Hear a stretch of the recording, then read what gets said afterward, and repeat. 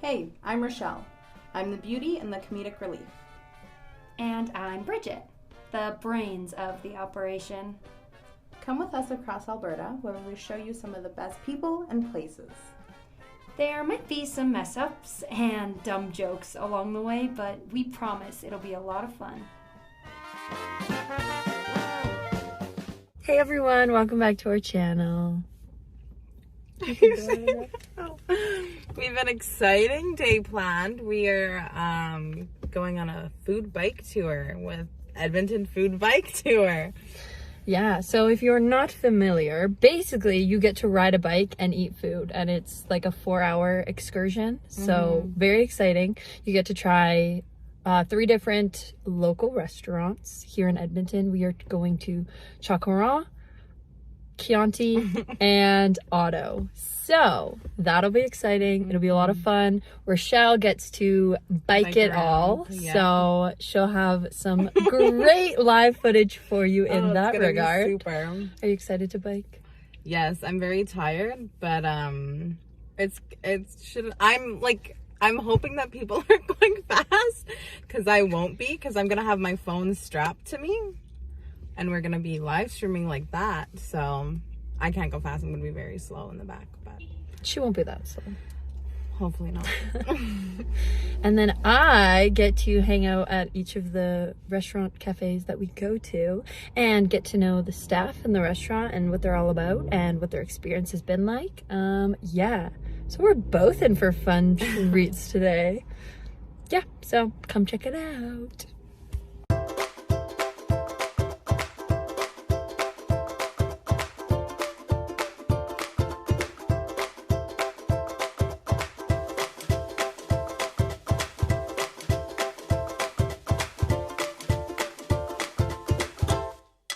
Hello, how are you doing this morning? I'm good. How are you today, Bridget? Awesome, I'm good, thank you. So we will start off with your name and what you do. My name is Vanessa de Oliveira, and I do food bike tours. Awesome. And what is Food Bike Tour? Essentially, a food bike tour is a food crawl on a bike where we go to different local restaurants around the city, and we get the behind-the-scenes experience where we're learning about the chefs, where he started. We're learning their stories, and it's just really about learning about local and then sightseeing and just enjoying the weather and having fun. And what was the inspiration behind Food Bike Tour? The inspiration about Food Bike Tour, it actually started, I don't know if you know the story, so a friend of mine invited me to go for a bike ride, and I actually didn't own a bike at that time, and I was like, that sounds like a lot of fun. So I'm in the garage looking for a bike, and I found a bike, and I'm like, we're gonna do this. So we went for a 6-hour bike ride, and it was the best time of my life. I'm like, this is fun. I'm like, we need to do some of this all the time. We went to different restaurants. We saw the river valley, and I saw Edmonton in a different light than I ever saw it before. And that's how the inspiration came. I'm like, there needs to be something like this where you're biking, you're burning out some calories, you're eating, you're trying out local foods, and that's really how the idea started. That's so cool. I did not know that story, no. Yeah. That must be so, like, a core memory for you and your friend, because it sparked, like, an entire business out of the one experience. It really did, and it was funny because I had started an ice cream business before that, and I actually don't like ice cream. Oh. I do like ice cream now, but I couldn't eat ice cream for probably about 2 years after I did the ice cream business. The whole garage smelled like milk. It was awful. Oh, no. Yeah, so I tried a couple other businesses, but I say if you're going to start a business, do something that you love and that you have a passion for. So I love being active and I love eating. I'm an inner piggy. So do something that you love, and you'll do it amazing. Yeah. Absolutely. And so you were mentioning how it was a completely different experience for you going on that bike ride around Edmonton. Are you an Edmonton local? Like, you grew up here? Or? Yeah, I actually grew up in Edmonton, but I was never really involved in the river valley. I never really went down there, and so biking and seeing all these beautiful paths that we have and ravines, it really showed me a different light of Edmonton. I was like, this is beautiful. Yeah. And so what was the process like in first starting out and initially getting like local businesses to work with you? I was always in the restaurant industry since I was 16. I worked at Earl's, and so I had a lot of, connections. And so I had this idea up, I posted it up, and then in 1 week I had 10 tickets sold. I'm like, okay, I gotta start talking to our partners. So I contacted a few of my, the Italian Center Sabor. I contacted a couple other people. They're like, yeah, we're in. I'm like, okay. So I started practicing the route and really understood it. The first tour that we ever did, I made a mistake. I went up this really long hill. Instead of going down it, we should have went down it rather than up it. And I probably lost everyone, like half an hour. People are like trickling after. I was like, oh my gosh, this is crazy. But you learn a lot from experiences, and we've been doing this since 2016. So lots of learning, and it's been amazing. It's been an amazing journey. That's so wonderful. Yeah. And what would you say has been the biggest learning curve or challenge for you in the process so far? Oh, there's so many learning curves. It's crazy, especially being an entrepreneur. Anyone who's an entrepreneur knows it's not easy to be an entrepreneur. You don't know anything. Essentially, it's a dark road, but it's a beautiful road. But you really don't know where you're going and how to go about doing it, right? So there's a lot of twists and turns. Learning how to deal with employees, learning how to deal with, grant writing, learning how to deal with going to a different city and trusting others to do the work that you do and to do it at the same level. So it's been a lot of learning through that way, I find. And so I keep learning, and that's the most important, and just keep putting my head down and pushing forward. Yeah, I could definitely imagine, especially creating your own business. It's like your baby, right? And then having to put that baby in others' hands. And it's scary. Yeah. It was so scary. And we did that last year when we were expanded to Calgary. And I had someone else running the tour, and I was terrified. I was running this tour here in Edmonton, and I had someone else running the tour in Calgary. And I was like, this is so much stress. But it ended up working really well. And then now we are in Edmonton, Calgary, Canmore, Choccorant, Kelowna, and we are getting all our ducks in a row for Banff. Wow. Yeah. That's so exciting. Thank you. That's amazing. The expansion is crazy, and I can imagine why. I mean, Alberta and BC are so beautiful and have so much to offer, but I think especially for a lot of people growing up in Edmonton, when you're used to seeing it every day but you only see your certain route, you never realize the beauty that it can have when you go on a bike ride and you eat locally and you get to know people, right? Yeah, it makes it a fun experience, and I think people now, they want to be more active than ever. We have now e-bikes as well. So that really allows anyone to come on a tour and try, because we have a lot of hills. So having those e-bikes allows anyone to come on the tour without feeling scared or intimidated. I don't know if I can make it happen. Mm-hmm. So we brought that into our tours, which is also a good learning curve. So, mm-hmm. Yeah. And so for the tours, what would someone expect if they were to come on a tour? For a tour, so what would happen is they would book online, and then from there they would see the schedule. So for Edmonton, for example, we change our tours every single month, Saturdays and Sundays, because we have a lot of locals who come on the tour, not just visitors. And then what we do is they book the tour, and then they'll meet us at a park or wherever we're meeting. And then from there, we'll have our schedule, and we'll go to 3 different restaurants. And then at each restaurant, you get the behind-the-scenes experience. So, for example, for today, we're going to a place called Choccorant, and we're going to learn how to make our croissants and how to decorate it. We get to learn their stories. And then we go to Chianti's, and we're learning how the pasta, got made and their story of how they started. And then we'll go to Otto and learn his story as well. So it's just a lot of learning, and it's all scheduled. So essentially, it would be a tour guide that would leading everybody, and they would just follow the tour guide. There's music playing, and it's just a lot of fun. And we, like I tell people, we're not here to ride and die. We're here to ride and eat. So just have fun and enjoy. Yeah. And what would you say to people who are maybe timid and don't think they're the best biker, or not sure if they can handle the tour? I would just say, I've had people that are 65 years old who haven't biked since they were kids, and they went on an e-bike on the tour, and they absolutely loved it. And so I think it's just to kind of get yourself out there. Like I said, we're not like some people, they ride really fast. We're not riding very fast. And if you can't keep up, we will slow down the tour to make sure we accommodate you. Yeah. That's so kind. Yeah. That's a very positive environment, I think, that you're creating in order Yes. to like include everyone and make them. a Yeah, part of because we your want life. people to be outdoors and have fun and show that, we do have great bike paths and we do have, fun things to do. And we do have a lot of like amazing local restaurants that you have to try. And it's great when you see when we go to a stop and people are like, how many people have been here? And nobody puts out their hand. You're like, yes, this is great for the restaurants. This is amazing. Yeah. Absolutely. And is there, speaking of restaurants, is there one restaurant in particular that you would like love to work with? I love all my restaurant partners. It's really hard to just pick one because they're all so unique in their own different ways, and they all have their own beautiful stories. And we're very specific on who we work with because we want people to tell their story. We don't want to work with a restaurant that just goes, "Here's my server, like get served." No, we absolutely do not want to work with you.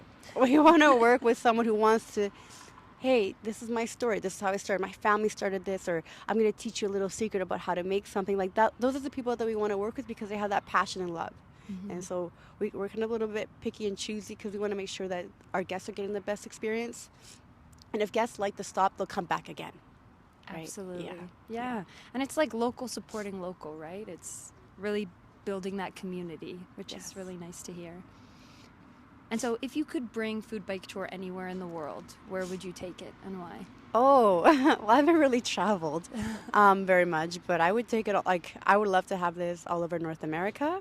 And then I'd love to have it in Hawaii. Oh, yeah, that would be A lot of nice. traveling, that would be really nice. And Europe, I'm not sure. Wherever life takes me, I will gladly receive it and keep moving forward. Yeah. Wonderful. And what would you say has been your biggest success so far with Food Bike Tour? My biggest success is probably the customers, seeing them happy, enjoying it, and then also that the restaurants love that we're bringing people to them. That's probably my biggest success, I believe. And we've had restaurant partners since 2016, and they still keep coming on. So I think that's our success. And you were mentioning that people can book online for tours, and that you were mentioning it's Saturday and Sunday that tours run throughout the summertime. What does the schedule look like a bit? if you Yeah, don't so mind? for Edmonton, it's Saturdays and Sundays. Saturdays is a regular food bike tour, so it's bigger portions. On Sundays, they're called little bites bike tours, so they're a little bit smaller bites. Just that it's a cheaper price, so that we can kind of get two different demographics in case they say I can't really afford that price. And then in the other cities like Canmore, we're Thursdays to Sundays, and in Calgary Saturdays, and then in Kelowna Thursdays to Sundays as well, and Cochrane Cool. Saturdays. And for everyone that comes on the bike tours, like, what would you say that they should bring to make their experience the best possible? Or what would you recommend they do prior to the tour to make sure they have the best experience possible? If they are not renting a bike, make sure your bike is tuned up. That is very, very important, especially in Edmonton because we do have a couple hills. So the last thing you want is your chain to be broken or something like that because we have to keep moving on with the tour. Yeah. For sure. And how long is the average food bike tour? About 4 hours. Yeah. Cool. So it's like not a whole day, but like an adventure. Yeah, exactly. Yeah. A good portion of your day that like gets you out and about and Yeah, trying new it's things. different than like, for example, a food walk tour where you walk a little, and we do food walk tours as well. Oh, But a food walk tour, you walk a little bit, then you eat, and then you're learning the history. But this is more like fun. You got the music on, like it's an adventure. Like you're going in the river valley, you're going up the mountain Canmore, you're seeing wildlife. It's a whole different experience. I like to call it an actual adventure. Like it's different than a walk tour. It's like I love it. It's something that I actually love, and I think everyone should try it. Yeah. Just based on the way, I mean, I've never done one, but based on the way you're speaking about it, it sounds like a really good balance of like the adventure and the heart rate gets up and it's pumping because you're biking, but then you also have that like moment to breathe as soon as you get to the restaurant. You get the backstory, you get to a little bite, like a refresh, and then you get to do it all over again, which would just be so fun. Well, that's exactly it. And then if you're like, hey, I don't want that, adrenaline rush of working out, if you have an e-bike, just put it on high. Yeah. Don't worry about it. But you know what? There's a lot of food on these tours, so you kind of want to burn off some calories, and then so you can have more room to eat. So. Yeah. Gotta do some work, that way you can eat it all. Yeah. And is there a limit on how many people can attend a tour? In Edmonton, it's about 30 people. So you're going to actually see that today.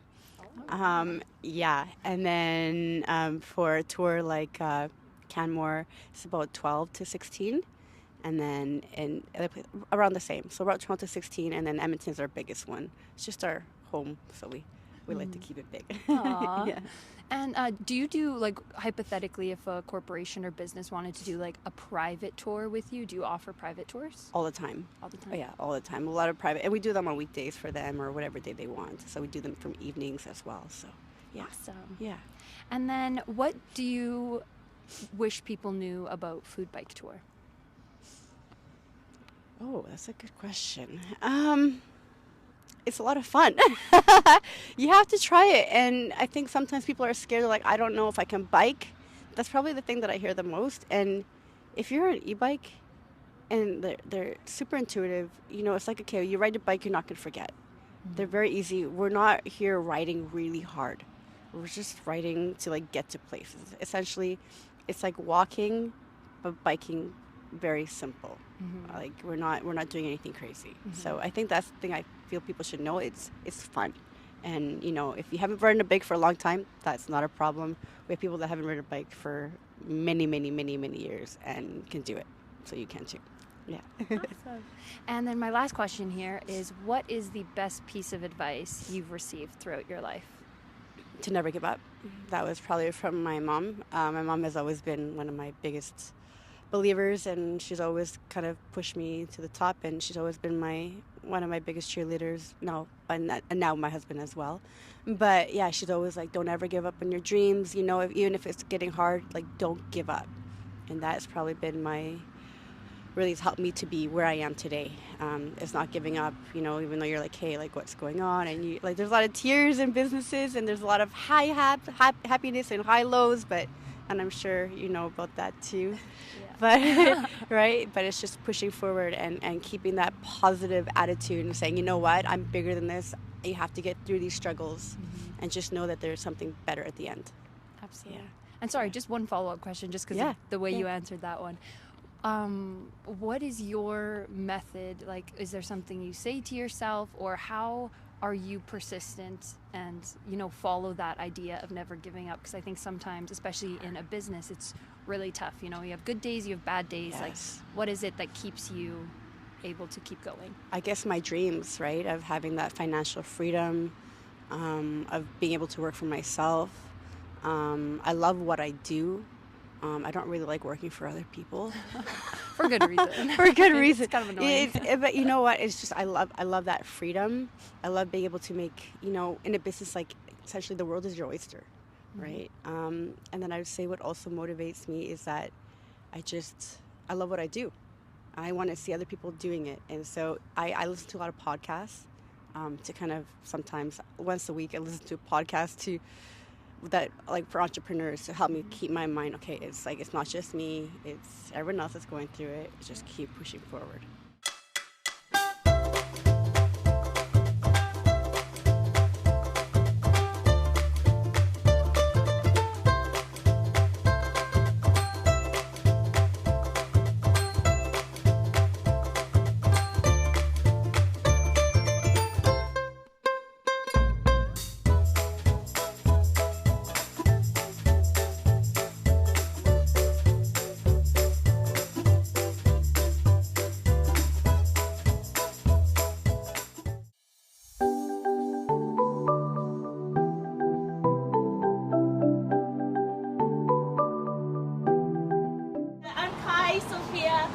So what we do here is we do a lot of specialty croissants. Our name, Choccorant, is kind of a mix between a chocolate croissant. Croissants are a work of love. I don't know if anybody has ever made them during COVID or at home or anything, but here it is a three-day process. So the first day we start by making the dough. The second day we start by laminating, so we add all the butter layers into the dough, and then the third day we do the shaping of the dough. So within a week we sell about like over 2,000 croissants, sometimes even 3,000. So when you guys do get a chance, come inside and see what we have to offer. And today we're going to be offering you guys our ube coconut croissant and a truffle trees croissant. So we have a sweet and a savory for you guys. We also have some drinks for you guys too. So inside we have some like iced teas, And if you guys want some coffee, something hot to warm you up, let my staff know. They'll take care of you. And yeah, we just want to talk about how did you get baking? how did I? Yeah, so let us know. Okay, so way long ago. No, I graduated from NAIT in 2008. And then from there, I started working for the Sorrentinos group. So with that, I started helping them with their desserts, their VIP desserts. And after that, I branched out into doing my own at-home cake business. And then we started Choccorant in 2017 with me and my brother. He is he's my dough guy. He's my dough guy in the back. He will be here late at night making dough for me, and then I'll be here in the morning, early hours, putting all the croissants into the oven. But that's how we work. We work together, and yeah, it's a brother-sister kind of family team here at Choccorant. Yeah.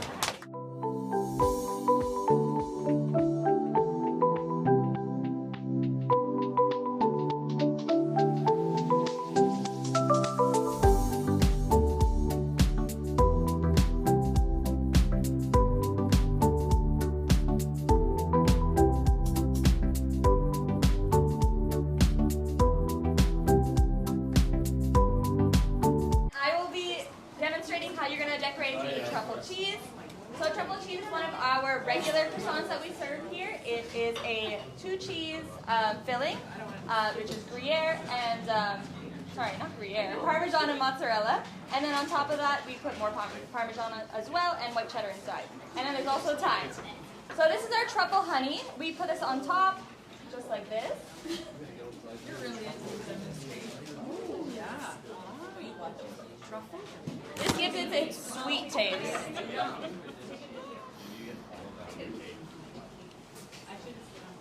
All right, and then we put some Parmesan cheese on top. We use a peeler to get that thin slices, so we're not putting too much cheese on it.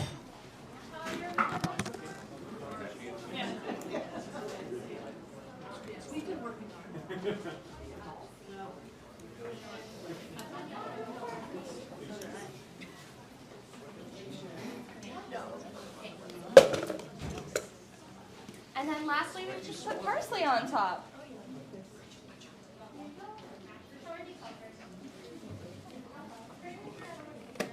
And then the best part about these is we're going to toast them again to really melt that cheese on. And I will send it to the back for some of my coworkers to melt them. And then I will demonstrate the second croissant that we have for you guys. But I will be right back. This is our ube coconut croissant. Yeah, it's a purple croissant because of the ube. And the ube is actually a purple potato, which is not something you would usually think it is.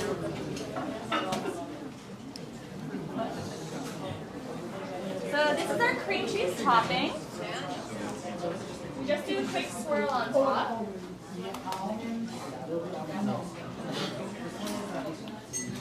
I was thinking the same.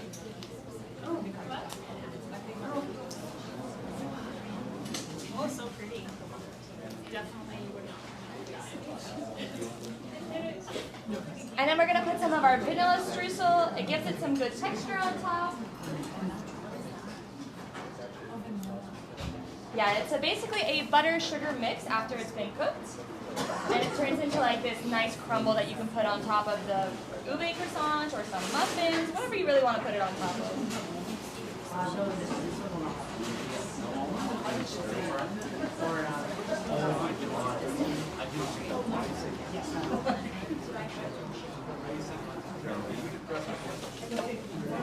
And then we're going to have our first icing topping, which is a purple topping. Salted egg. Yeah, it really makes it look really gorgeous. It comes out really fast though, so we have a tendency to overpour it.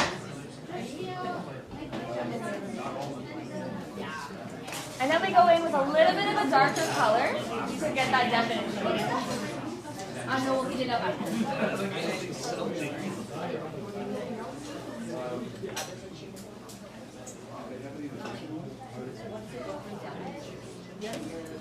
And that's all finished.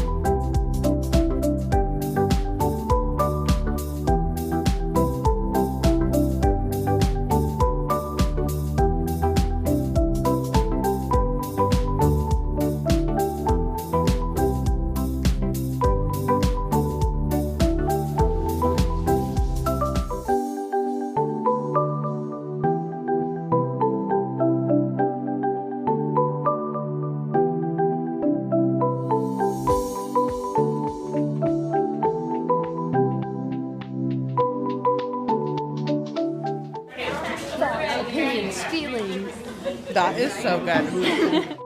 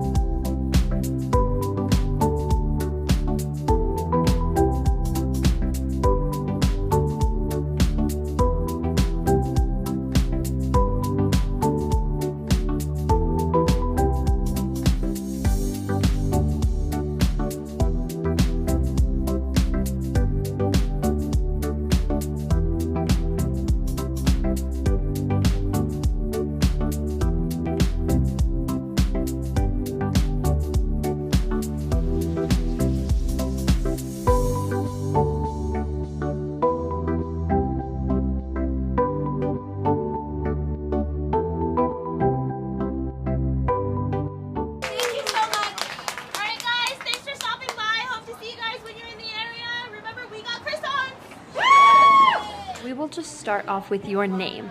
Kai Wong. Can you tell us about your cafe and the work you do there? Yeah, so we started Choccorant Patisserie in 2017 in April, and we first started off as just doing croissants and cakes, and now we've done a lunch menu. We do soup of the day, so we kind of expanded a bit more and incorporated a lot more house-made items. And where are you located? 10328 124th Street. And how long have you been open for? Sorry, you said? Since 2017, so about 7 years. And what was the inspiration for opening up? It first came, I always knew I wanted to open up something. After I finished culinary school, I always knew that I wanted to open up like a small business, whether it was going to be I didn't know it was going to be a cafe, but you need coffee or tea. You need hot drinks when you're having dessert. So I always knew I wanted to do dessert. The idea of croissants specifically came when I was in Japan, and I went to a lot of bakeries, and they always had just the most delicious croissants that had chocolate filled inside, and I was like, I can eat so many of these in a day. So that's how it started off. Wow, I definitely see that we got to try a couple of the croissants, and I'd actually been here before. Food Bike Tour came here. So it's so delicious, and I feel like you could just continue coming back every single week to try out something new. Yeah, I always want customers to come back and try something new, and maybe try a flavor that they never expected would be good, but just kind of like branch out and just try what we have. Yeah, absolutely. And what would you say are some of your most popular menu items? I would say our most popular one would be we have a malted salted egg yolk croissant. So that one is one of our most unique croissants because it's best served warm, and it's served with a salted egg yolk custard inside. So it's a butter croissant with a molten, almost like a molten custard center. So it's best eaten when it comes out of the oven. So that's why we bake it for the customers here. It just takes about 5 minutes to toast up, or customers can take it home and bake it later so they can have a fresh molten croissant when they're at home. And it's one of our most unique croissants because it's like a little bit sweet and a little bit savory, but it meets all flavors. Oh, wow. Yeah. And do you have a favorite menu item? My favorite croissant would probably be a creme brulee croissant, and I think it's because when it comes fresh out of the oven and we fill it with the custard, just that crunch with a strong black coffee, it makes everything so good right in the morning. And I think that's one of the best things is because you can only get it when it's fresh. So as soon as I take it out of the oven, I can enjoy it. Yeah, it's like one of the perks. Yeah, absolutely. Mm-hmm. That sounds like the perfect morning, like a creme brulee croissant and a coffee. Wow, that's when it's still hot, I was like, it's pretty good. Yeah, it's pretty good. I think even though I've been around our goods for 7 years, if I once in a while I'll kind of like go back to like an old favorite of mine, and I'm just like, still good, still good. It still hits. Pretty good. Yeah, pretty that's good. why I like it. Yeah, because I can't eat the same thing every day because we have so many different flavors. For so sure. I always switch it up, and I just come back to some of them, and I'm just like, pretty good, pretty good. You're like, that was good. Yeah, yeah. We did well, guys. Yeah, still good. Good job.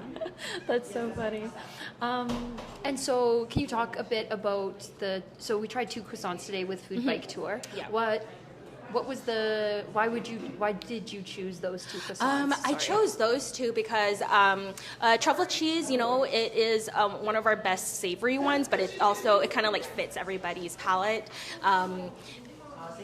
You know, it's still vegetarian, but it's still a really good starter item first thing in the morning. And then with our ube coconut, I just wanted to give them something sweet as well. So usually our sweet flavors, we kind of switch it up, but it's always one of our, we always try to choose the ones that we know that customers like, are one of our like popular flavors. So usually I might even do the salted egg yolk sometimes, but it depends on how big the group is and how much we can get ready, you know, so that they're in and out and then ready for their next stop. For sure. Yeah. And how long have you been working with Food Bike Tour? We actually started our companies around the same time. So I remember when we opened in April of 2017, I think we started Food Bike Tour that summer. Oh, yeah, wow. So we started, me and Vanessa started like same time. And how has your experience been working with them? I think they're so cool. Every time when we sign up for a bike tour with them, they always come in and they bring like the best group of people, and they're always their group is always hyping them up too. So it's like it gets them excited when they come in, which is the best thing. So then it makes us kind of want to flare up our stuff a little bit more and show off our stuff a little bit more, just because of the added, like they hype them up so well. Mm-hmm. Yeah, that attitude and energy is like and I think it's good because it's a food tour, so everybody that comes on that tour, it's like they love food, so it brings in the customers that we want to keep coming back. Yeah, that's awesome. And so my last question here for you, what is the best piece of advice you've received throughout your life? The best piece of advice, I guess if I'm gonna have it pertain to the business, is just, you know what, you can't do everything on your own. You always have to have a good team behind you. So for me, I think when I first started the business, I overcompensated for that. Like I did too much, where I was, I wanted to do this, I want to do this. I was so excited to show off everything. But you know what? It's just one person can't do it all. You have to have a really good team behind you, and it shows like what you can. It shows in your work. Mm-hmm.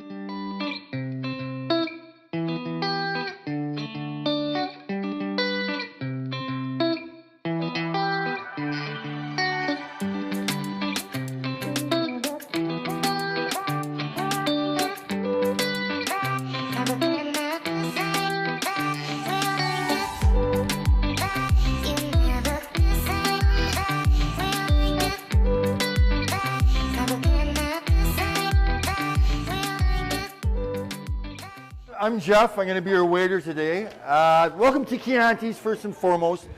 The restaurant in this building has been here since the spring of 1987. And I was hired in the summer of 1988. I've worked here off and on since then, off and on for chunks here and there. The restaurant's been very good to me. I've helped raise a son who's now 23 years old. He's graduated from university, so on and so forth. The building in itself used to be a post office. It was constructed in 1913. I think that it originally only had a smaller sized dome on the top, but they had to extend it by about 10 feet, so it went under construction for another 6 months. Chianti's took over the majority of the main floor in the spring of '87. So anyways, there's nothing upstairs, nothing downstairs. Chianti's has the entire main floor, as well as the patio area as well. I remember one time Wayne Gretzky came in here with Kevin Lowe and Eddie Mio. The summer I was hired, and I said, "Oh, Wayne Gretzky, nice to have you." And he goes, "Yes." And I said, "What brings you here?" And he goes, "We were just making reservations for my bachelor party dinner over at Yanni's." So that gives you an idea how long this restaurant's been there. That was back in the summer of '88. Peter Palkington, who used to be the owner of the Oilers, would come in here. The Bare Naked Ladies came in here. A few years ago, I served Katie Lang. She was sitting in the side room. She came in with her mom on a Thursday afternoon, about 2 o'clock. Very nondescript. Her mom was in a wheelchair. Wheeled her into a table, wheeled over to the table. I served her, and I didn't say, "Oh, you're Katie Lang," but I did say this. I said, "You know something? Your voice is as beautiful just spoken. let alone when you sing. And they're very nice people. Now, I don't remember what she ordered. She ordered tea with lemon. Her mom had some Malbec. I do remember that. Speaking of which, excellent segue. The restaurant itself, we make most of the pastas here ourselves. The fettuccine and the spaghetti, the linguine, cannelloni, lasagna, all made from sheets from pasta we make ourselves. And we also make our desserts here ourselves, with the exception of our spumoni ice cream, which we get from, what's the name of the spumoni ice cream in Vancouver? Mario in Vancouver. We get it shipped up here once or twice every week. Excellent ice cream. It's a blending of vanilla, pistachio, and chocolate ice creams with pieces of candied fruit mixed in. Chocolate raspberry ganache, of course, we make here. That's the beginnings of it. Raspberries with Calibo chocolate, an Oreo cookie crust, frozen syrup. Oh, we have creme. You can have a look at these if you like. We have creme caramel, which is vanilla custard, caramel syrup, fresh whipped cream. Delicious. And of course, we're very cognizant of any allergy issues, whether it be seafood, gluten, of course, that's the big one, vegetarian dishes, anything we can basically make from scratch, because all of the sauces are indeed made from scratch. So we have a fully stocked bar, of course, and we're all set to rock and roll with what we're having today.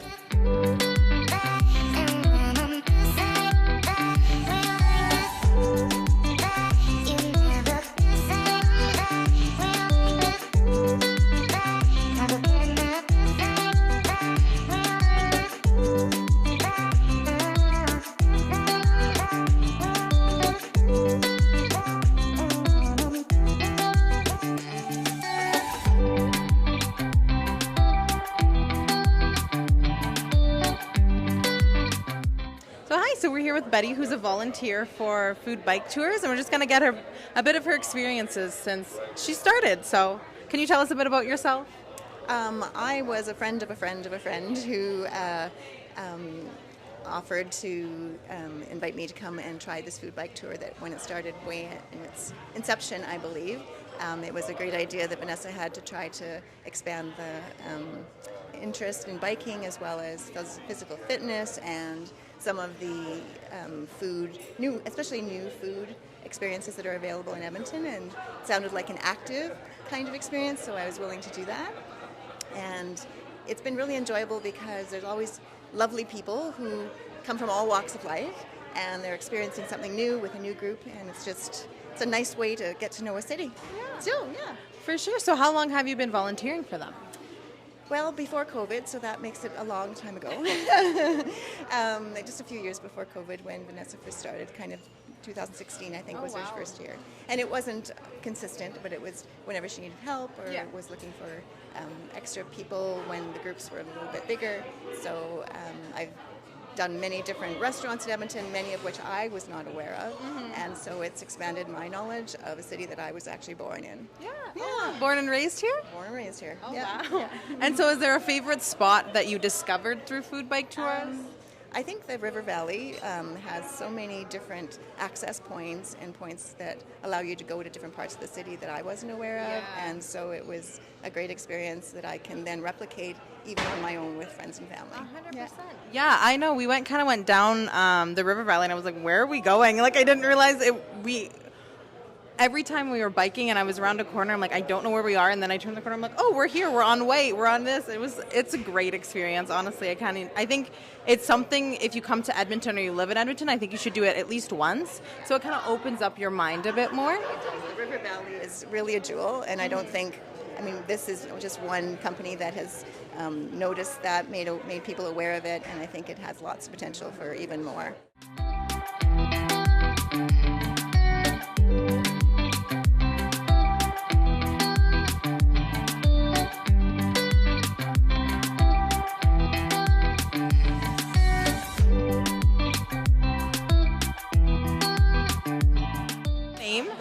Michelle, hi, I'm Rochelle. Nice to meet you. How's your experience so far been? So far it's been really great. Yeah. Good. Is there like a stop that you've been to before that we're going to, or is all of it kind of new to you?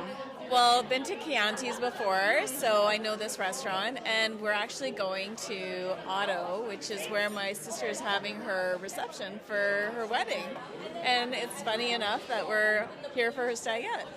That is so cute. Well, congratulations to your sister. You guys are all gorgeous, by the way. Thank you. So when you came here to Chianti's the first time, how was it? How was your experience?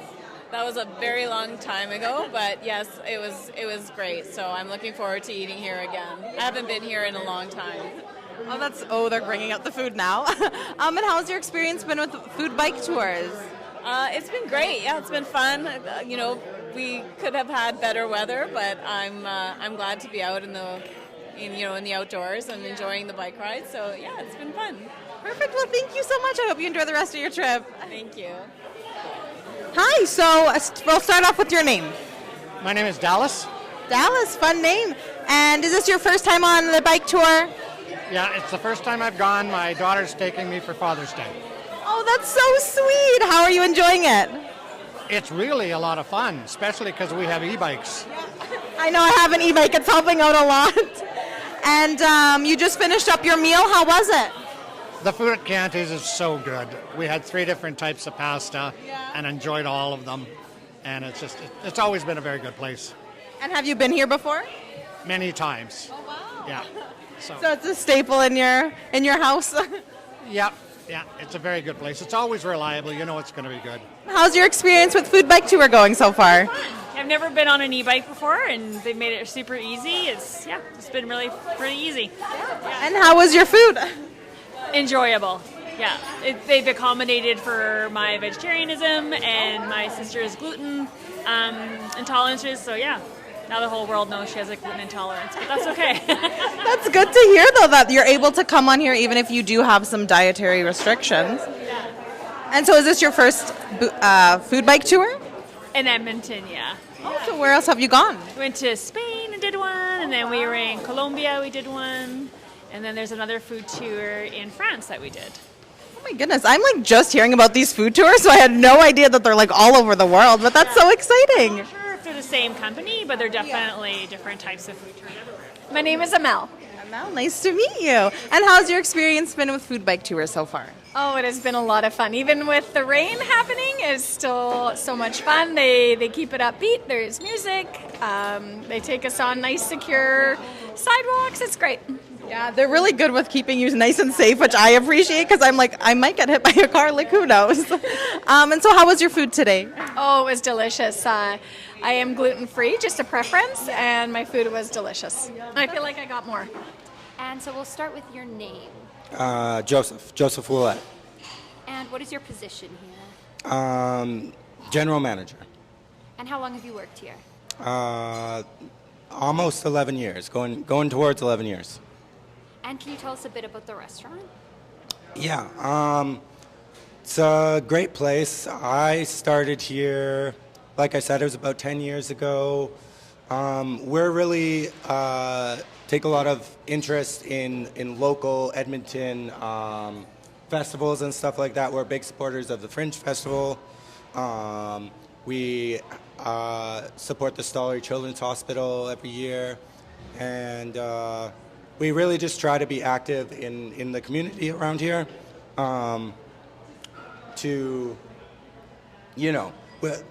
We like being neighborly. We like this place has been here since like 1987. It's important to us that we are part of the community, and people feel good when they come to visit us. Yeah, absolutely. And so it sounds very community oriented. Yes. Local to Edmonton. And did you grow up in Edmonton? I was born here. I grew up in a Métis settlement. It's called Fishing Lake. Rural, like on the border to Saskatchewan. Gotcha. But born here, and then I came back. Nice. Okay. And so, what kind of food could someone expect when they come to Chianti? Well, we're known for our pastas, obviously. We also have some chicken, fish, veal entrees, but we're definitely known for our pastas. Our pasta frenzies on Mondays and Tuesdays. and everything is made to order, so everything comes out fresh. And yeah, that would be our biggest one, I would say, is like the pasta frenzies, and yeah, our mozzarella and carosa. We have lots of good appetizers that are very popular as well. Nice. And do you have like one item in specific that's like the most popular? Probably our fettuccine supremo for the pasta. And then I would say, yeah, like our matzo. People love our matzo. And do you have a favorite menu item? Mine, it's called the penne mediterrano. It's a rosé sauce with sausage and feta and peppers. It's good. Yeah. And how long have you worked with Food Bike Tour? This is our first year. This is our first year. And how has your experience been so far? Very, very good, yes. Super awesome people, easy to get along with, and yeah, perfect. Nice. And have you been on a food bike tour yourself? I have not, no. Would you be open to? Are you outdoorsy? Do you like biking and stuff? I do like biking, yeah. I certainly would look into it for sure, yeah. Nice. And do you have a favorite spot local to Edmonton aside from Chianti? Yeah, favorite spots. I really like Faro, the sandwich spot. It's on 109th, just up the street, not too far from us. That's a good spot, and I know a lot of those guys, so yeah, good company. Cool, awesome. And then my last question here, it's a very broad question. It doesn't have to be like business specific or anything like that. But what is the best piece of advice you've received throughout your life? Oh, that's a big one. Well, my dad always told me, just when you're doing a job, like, do it as well as you can. You know, it's important to really put your energy into something when you're doing it, and that's something that's always kind of stayed with me throughout the years. I still think about it, so. That's awesome. Thank you so much. You're welcome. My name is Jeff. And what is your position? Where do you work? Tell us about yourself. Well, I worked here for off and on for quite a few years. I'm a waiter. I've been a host in the past. I've done everything here, but I found my niche, and I really enjoy being a waiter. That's what I do. And I spread good cheer. You do. You have very good vibes, I would say. Thanks. And what is it about this industry that you enjoy? It's always changing. It's always changing. And people normally are happy to see you. Mm-hmm. And normally they're happy during the entire experience. That's what you want. You want them to be happy when they leave, so they'll have fond memories of coming here. And that's one of the things that I have good memories of this place about, is I've seen people actually get engaged here. I've seen people that have been married here. I've seen people when they come in, when the wife is expecting, and then the infant, and then the child when they're 15, 16, 17 years of age. In one case, when the two children have actually graduated. My own son, actually, who just graduated from U of A, was 3 years old, my second stint around here, and he's nothing but fond memories of this place. It's like a second family to him. Aww. Yeah. Congratulations to your son for graduating. Thanks. That's exciting. Thanks. So what is it about this place in particular that's kept you coming Spontaneity. Authenticity. Spontaneity, authenticity, uniqueness. As you just said, it has this particular vibe. Everybody here is unique. Everybody brings their own little spice to the dish of Chianti's, I guess you could say. And the end result is just a unique dining experience. It's not a chain restaurant. It's just, boom. It's just got that feel. It's an intangible. I can't even describe it. You just have to feel it. Yeah. And what would you say to people who have never been here before? We open at 11 o'clock in the morning, 7 days a week. Good one. It's true. And so are you local to Edmonton? Myself? Yes. Yes. Yeah? Do you have a favorite local spot here, aside from this one? Not really. Not really. Myself and my son, occasionally we'll go for supper. Actually, we really, really enjoy the quiet places. Royal Pizza just down the road, we like going there. Bistro Praha, we enjoy going to. And those are the two places we like to frequent the most, actually, yeah. And then, so have you had much of, so today you led our food bike tour, kind of the intro. Right. Can you speak a bit to what that experience was like and like working with food bike tour and having this large of a party to serve? Unique, enjoyable, very fast, in and out, literally a dine and dash, or dine and bike, I guess would be the proper phrase. Yeah, but very, very fast. But it's great because we all have had experience serving large tables. This was just very fast, just very fast, very low maintenance table. Very, very easy to serve, very easy to serve. That's what every server wants to do. Very enjoyable to serve, very enjoyable. Have you been on a food bike tour yourself? No. Would you ever go on one? How about a food walk tour? Not a biker? Oh, no, not really. Not really. I do enough exercise walking around here. Get a lot of miles in during the summer months when that patio's open. We're on the patio, the kitchen. It's basically get paid to do cardio. You could look at it that way. Yeah. I have another job as a server, so I you totally do? Yes. And where do you work? I serve part-time at local insured park, but I've had experience at Moxie's. I used to serve at a club in Vancouver. I've been all over the place. Okay. Yeah. You have the personality for it. Oh, thank you. You do. Sorry. Anyway, so this is my favorite question to ask people. What is the best piece of advice you've received throughout your life? Always tell your children that you love them. Always.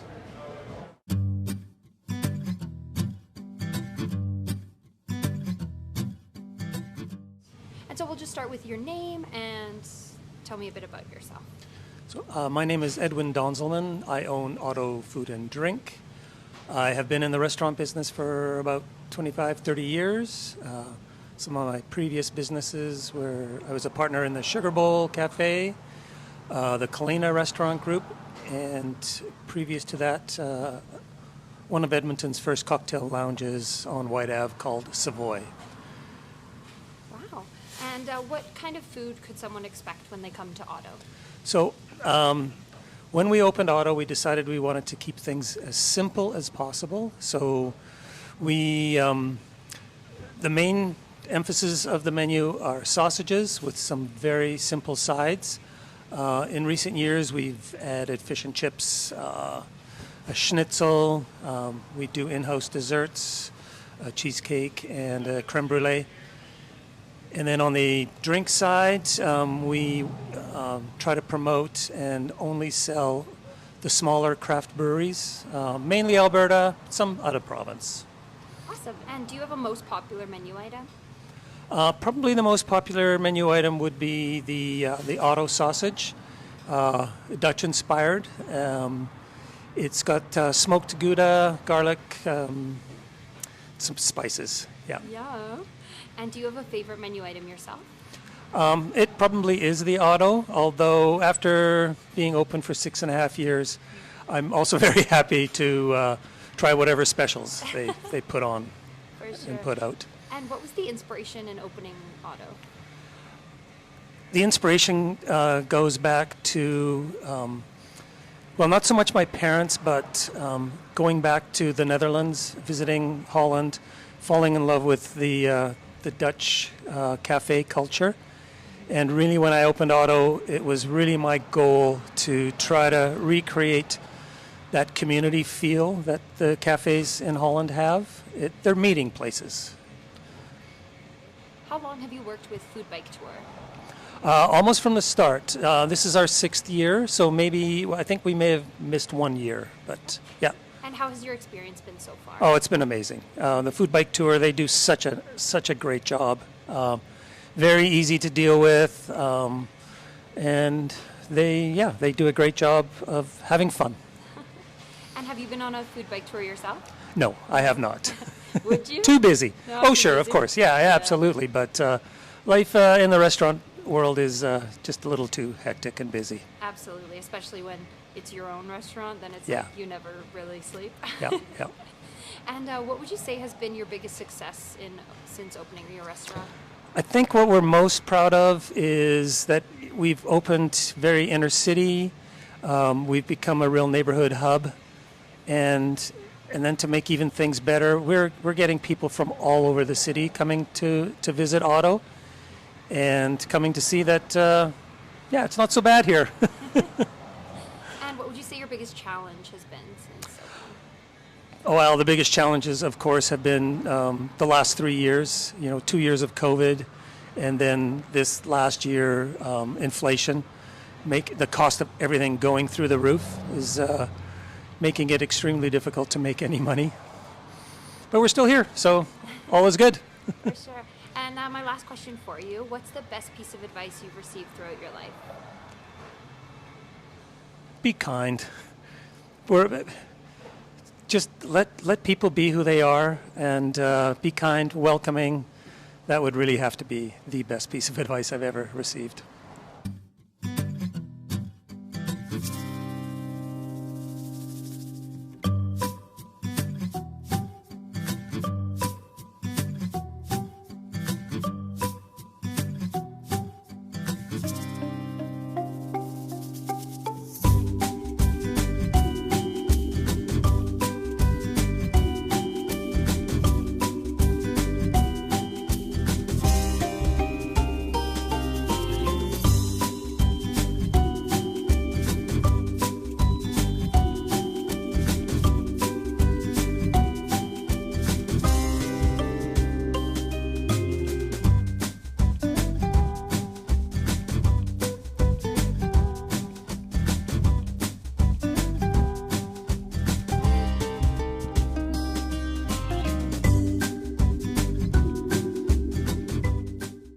We've got the 3 chicken and then the 3 Ottos. Okay, so that's for you guys to share. Love it. Thank Enjoy. you. Here, I'm going to put your hand over here. Works for okay? me.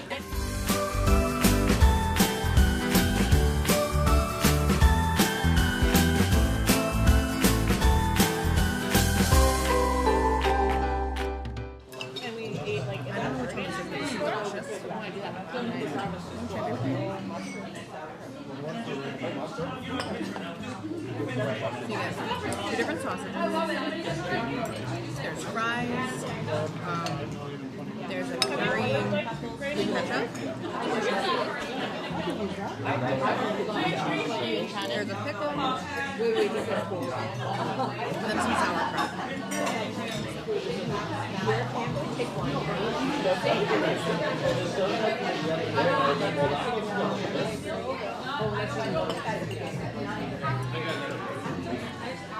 Everything is delicious.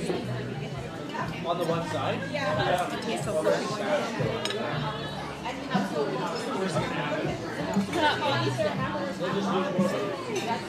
good. It's currently pouring right now. And I don't know if you can see that they're closing. It's almost like a garage. Yeah. It's super cute.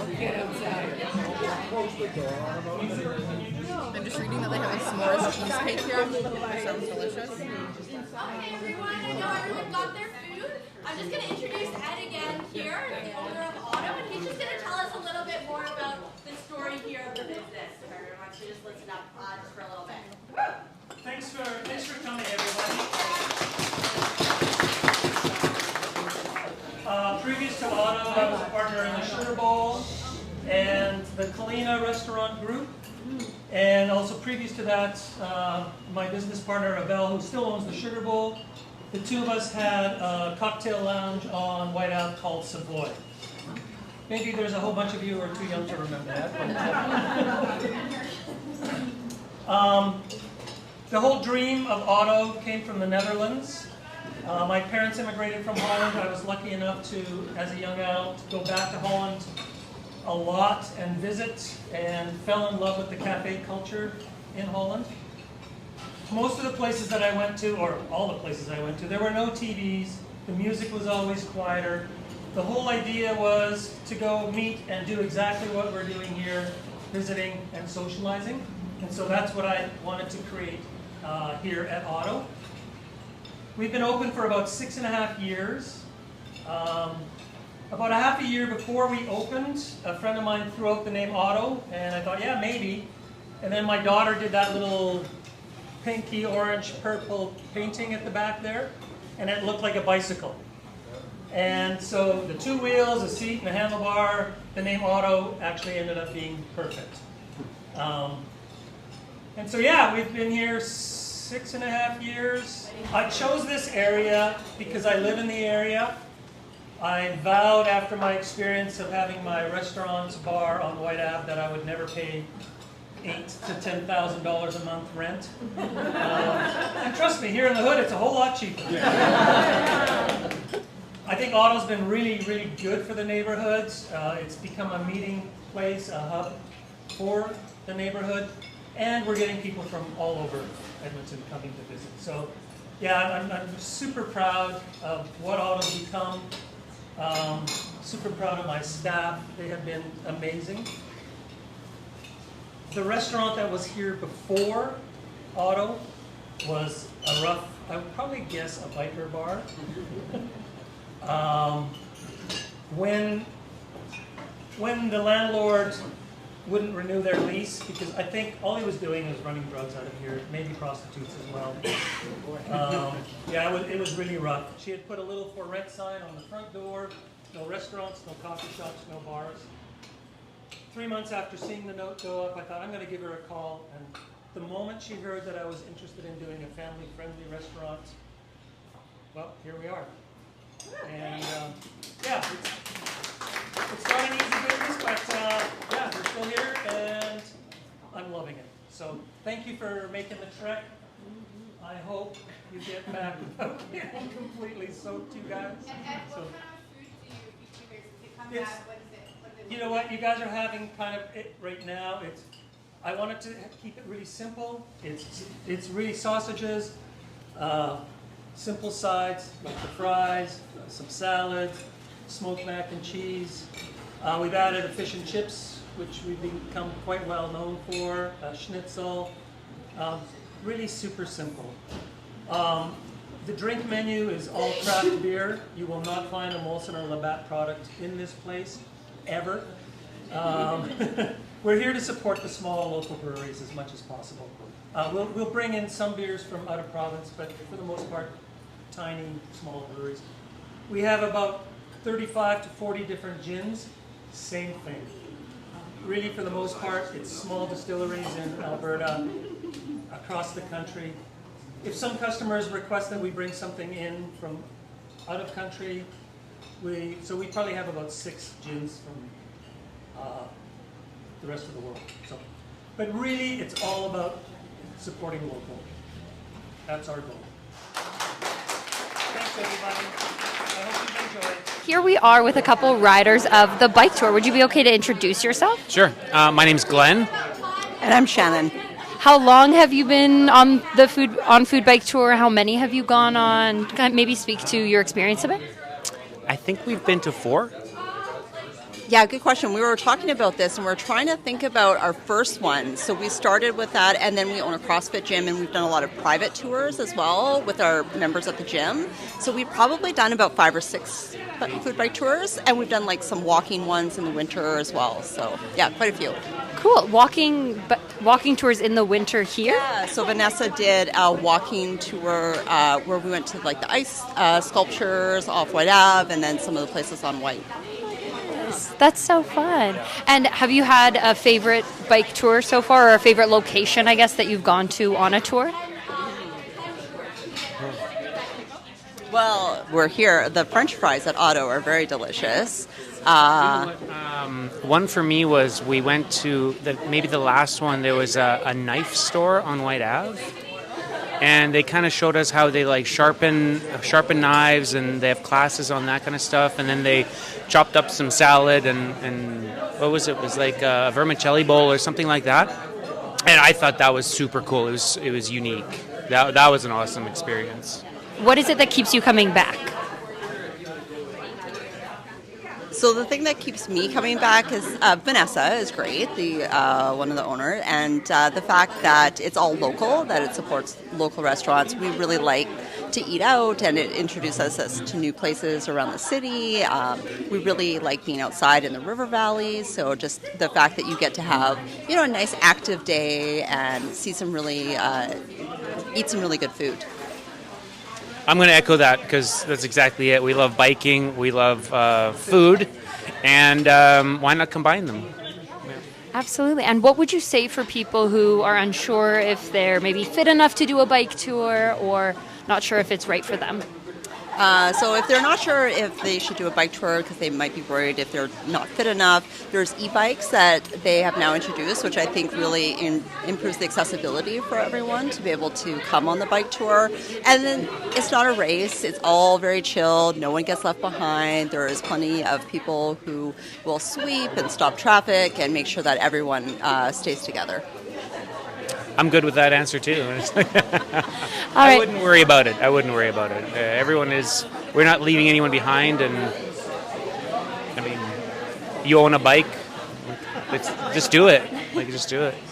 And what advice would you have for anyone who wants to come on a tour? Like anything they should bring, anything they should be prepared for? Just some insider knowledge since you've had more experience than, let's say, the average person. Other than today, I mean, look at the weather, but no, not just obviously a helmet. Be prepared to be on the bike for a half an hour at a time. Other than that, I mean, everything is pretty much taken care of. Yeah, I would say my advice would just come with a good attitude. Everything else is pretty much taken care of for you. If you need a bike or whatever, you can rent that through them. If maybe, again, I was not prepared for the weather today, but aside from that, I would say just come with a good attitude. Cool. And then my last question here, we love asking people, what is the best piece of advice you've received throughout your life? Just in a generic sense. Advice for what? That you've received throughout your life. In my life? In your life.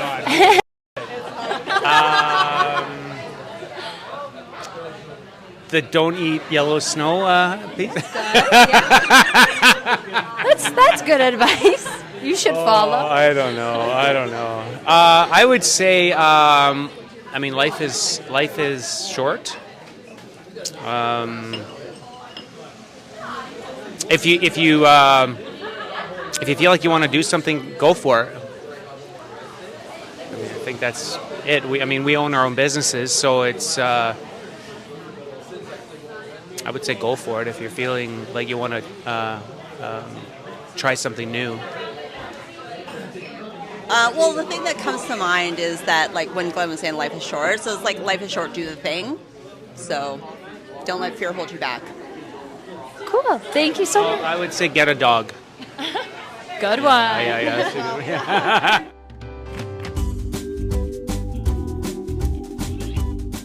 Looking down the road. But I'm sorry.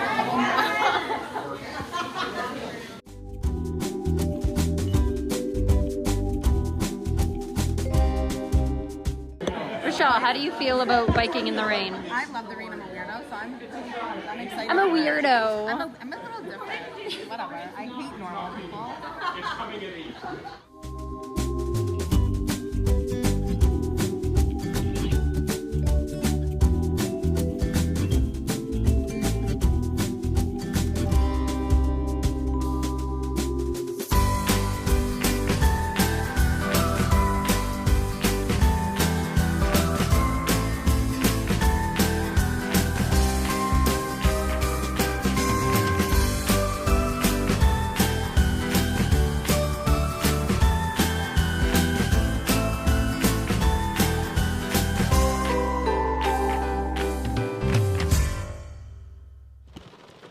Hey everyone, here's my solo airtime because Rochelle is now biking back and I get to drive back. I don't know if you can hear the rain, but she's a rainin', so glad I'm not out biking. But low-key kind of jealous because they all looked like they were having a lot of fun despite the rain. So it's fine. I'm staying dry, that's what I have to keep telling myself. So we went to food bike tours on Saturday. And we made the grave mistake of recording multiple videos in areas where it's kind of impossible to get rid of all of the artwork and logos. So here we are giving you a rundown of our experience on food bike tours. Yeah. So June 17th, let me set the scene for you. Saturday, June 17th, we got to go on food bike tour where we biked from a park to Choccorant to Chianti to Otto. We'll go more in depth about each stop and what it was like for us and the overall experience. Vibes. But we both had different experiences. Yeah. Because Rochelle got to do all the biking. Yeah. And I got to drive from stop to stop and meet all of the amazing people and conduct the interviews. Yeah. So, let's start at the very beginning. Yeah. Do you want to talk about what starting off was like? Sure, yeah. So you all meet at the park. You can either bring your own bike or they can provide electric bikes, which I use because I don't have a bike. They gave us cookies, kind of went to end like such good. They were so good. Just careful of your mic. Oh, thank you so much. They were really good. I'm just going to talk about the cookies for a quick minute because they were from Bloom Cookie Co., which I'd never been to before. Me neither. I got to eat a s'mores one. Do you remember? I had Lemon Fog. Something like that. Yeah, it was very good. Really, really good cookies. Just wanted to 10 out of 10. So they're walking around giving people cookies, talking to each individual group, getting names. They give you name tags so they can call you by your name. You can call other people by your name. It's like a small little thing, but I really appreciated it. That was a big thing that I noticed too. Like it's such a minor detail of like using someone's first name, but I feel like it just made the group feel closer because you could refer to people by their names and like actually get to know them. Because I feel like that's the weirdest thing when you first meet people is like asking their name. Yeah. It seems like an odd thing. No, 100%. Yeah. So I really appreciated that. They kind of got everyone situated. You meet in a big group. They tell you like the signs you need to use on the road. So like this was like a right-hand turn. That was a left-hand turn. Look at me go. Ooh. This was stop. That was regroup. She's a biker girl. What can I say? And then they take you on the tour. So we went down by the river, which was super fun. Really pretty if you've never been down the river. I don't think you have. You said you haven't. I have not, no. It's like the prettiest walk ever. We should do it one time. 10 out of 10, yeah. So we went down there. There was a big hill that I got stuck on because like there's people walking and you're using your electric bike. And so if you keep on pedaling, you're fine. But as soon as you stop pedaling, it's like it kind of not shuts off, but you need to get back into that motion. And if you're on like a hill, I swear to you, it's like this high. If you're on that hill, it's hard to kind of start when you've stopped. But there was like people and the bikes were kind of crowded up together. And there was like obviously people walking on the walkway. So I got stuck, which was quite embarrassing. But pulled through. And then, yeah, we made it to Choccorant. How was that with you? Making it to Choccorant was great. It was like a 7-minute drive. It's crazy, I think, like the drive to bike time ratio.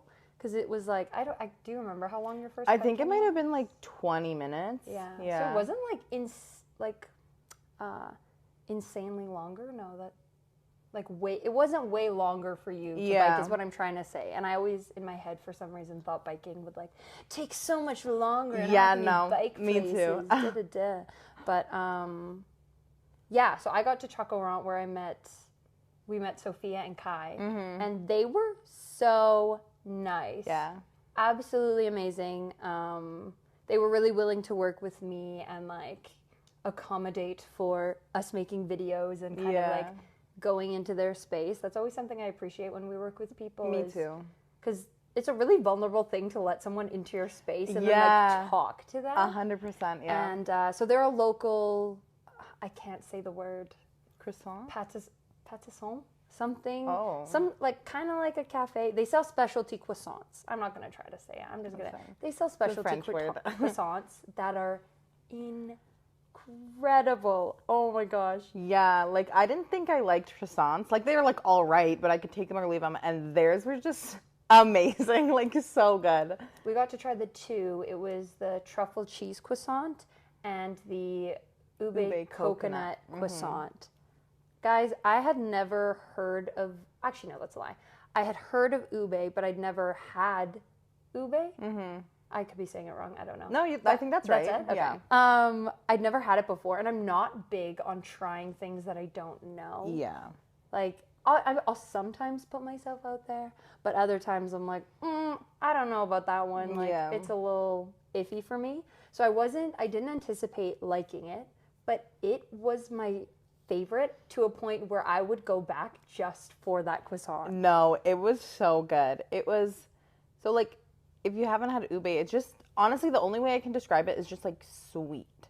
Like, I don't think there's any like flavor purple, to it, which is fun. Yeah, it's like a purple yam, and it's just it's really good, 10 out of 10, and it complemented the coconut very nice, and it wasn't like overpowering. Like coconut's all right, but I think it can be one of those flavors that can overpower and just be the whole thing. But it was not. It was very good. Yeah, I enjoyed that one as well. Yeah, they were really good. It reminds me, I used to live in Vancouver for a while, and when I did, Purebred has a chocolate almond croissant, which are like my favorite croissants. I remember you talking about that, yeah. And so it just took me back to the days of like getting those croissants, and I'm like, wow, croissants are really good. 10 out of 10. Yeah, that one was really good. And then the truffle cheese. That was my favorite. Also delicious. I loved that one. I'm a savory girl. It was delicious. You just need to go and try it out. So good. And it was really cute because one of the things that Vanessa, the owner of Food Bike Tour, spoke about in her interview is that they work with businesses that will do a demonstration or will discuss the history of the business. Like, they want to work with local people who kind of want to share their story. And like has a story to tell. Sorry to interrupt. No, you're good. Yeah, exactly. And so they were really awesome in giving demonstrations on how they decorated both of the croissants, as well as speaking a bit about it being a family business and her working with her brother and her brother being like the dough guy who like makes all the dough. And yeah, it was just like really sweet. And later on I got to sit down with her and kind of talk more about her past and like the business itself. Yeah. And it was a really, really good experience. Like a really, really sweet thing I found. Yeah. Yeah, and then you got, I think it was some sort of tea. I didn't drink it. Yeah, it was really good. They gave you tea if you needed coffee because it was, like we said, it was like pouring rain. Yeah, it was raining. Thankfully, we didn't get, it was just cold. And then the last bike ride was raining, which we can talk more about later. But so they were like, if you need coffee, we can get you coffee. Just really accommodating, very sweet. Yeah, so that was Choccorant, and then everyone kind of got ready, and then they headed out again. So in the stops, it's, I want to say, between like 20 and 30 minutes at each stop. Yeah. Because you literally just like bike, see the pretty views, do the cool things, and then get to the stop. You have like 20 to 30 minutes to have a little snack. Yeah. Refresh, repower, and then head on to the next one, which was Chianti. Yeah, Chianti. I always say that wrong, but so it's like a little Italian place. Yeah, but just before we dive into Chianti, how was the bike ride? Because I think you had to go over a bridge to get to White Ave. Yes. Yeah, because Choccorant is, I don't remember the address, but it is downtown Edmonton, and you have to cross the high level? High level. Look at me, I'm so good. You had to cross the high level bridge in order to make it to White Ave. That, I feel like, would have been a trek and a half. It was. I don't think it was like, I think the first one, like if I'm talking about difficulty, the first one, just because you have that big bridge and it's like, whoa. So that's something you should definitely, sorry. That's big hill. But I think that was the longest bike ride we took, actually. But it was a lot of fun. Going on the high level bridge was so much fun. Being able to like bike down White was really nice. White's a beautiful place to go. It was a great experience. You went by the ledge too. Like, it was so fun. We saw a couple weddings. Great time. That's so sweet. It was a great time. Yeah. I think it was the total bike ride was like 30 minutes, 28 minutes. Yeah. So it was a bit longer, but enjoyable, I would say. Like, I had so much fun on the bike. Like, and I'm by myself, and I'm very much like kind of an introvert. And so I was kind of nervous when Bridget and I were discussing, and we're like, it makes sense for me to go and then her to drive around to kind of do the interviews. But I had so much fun by myself. Like, I would 100% do that by myself again. Like, it was so fun. And like, the people were really nice. All the group, like the whole group was super sweet. The people doing the tour was really nice, or were really nice. It was a great time. Yeah, and I feel like that would be a good balance, even doing it by yourself, because you're not by yourself. Like, you are, like, you've come alone, but you're also in, like, such a big group of people that you can make friends and you can talk to people and you get to know people. Yeah. It was great. Put yourself out there in that sense, which is fun. Yeah, I feel like you had a way more positive experience biking there than I had driving there. Yeah. Downtown traffic is the reason I don't live downtown Edmonton, but that's probably the case for literally anywhere in the world. I mean, it wasn't that bad because it was like 2 o'clock at that point. But even then, just trying to cross the bridge and like all this traffic, I was like, seriously, I hate this. And parking on White Ave is just like a mess and a half. So, but it was a nice little drive, you know, listened to my music, did my thing. I was like, here I am. And then we got to Chianti where we met Jeff and I met Joseph. I don't think everyone else met Joseph. No, yeah. I think you got the exclusive. First name basis with the manager at Chianti. Love that. Yeah, so Chianti is a little Italian place, as you were saying, on White Avenue, which I don't know if we spoke about it. I think it might have been in one of the other videos. But White Ave is kind of like a main spot. Like, it's a whole avenue, but it's kind of like a main place in Edmonton for like local restaurants, shops, a whole variety. I think it's like one thing that like if you come to Edmonton and you're kind of like into that stuff, it's like the first thing that someone will tell you, like go to White if you want to like go out or go for like a nice dinner. Different shops there. It's definitely like a staple for Edmontonians. For sure. Yeah, and Chianti was amazing. I had been there before. I actually was at all of the stops that we'd gone to before, which was really funny. But Chianti, I love. I've only had positive experiences going there because it's like traditional Italian pasta, which they hand make in store, or it's like shipped up from Calgary. If it's a filled pasta, then they bring it in from Calgary. But even then, it's only from Calgary. Like it's not from, like, you know, LA. Exactly. It's not from somewhere there. Like it's still local, like Alberta local, which I think is cute.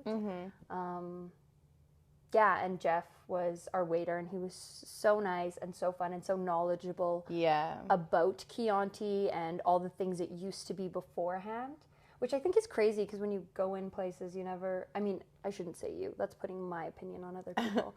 When I go places, I never think of what it used to be. I always think of what it is or what I've known it as.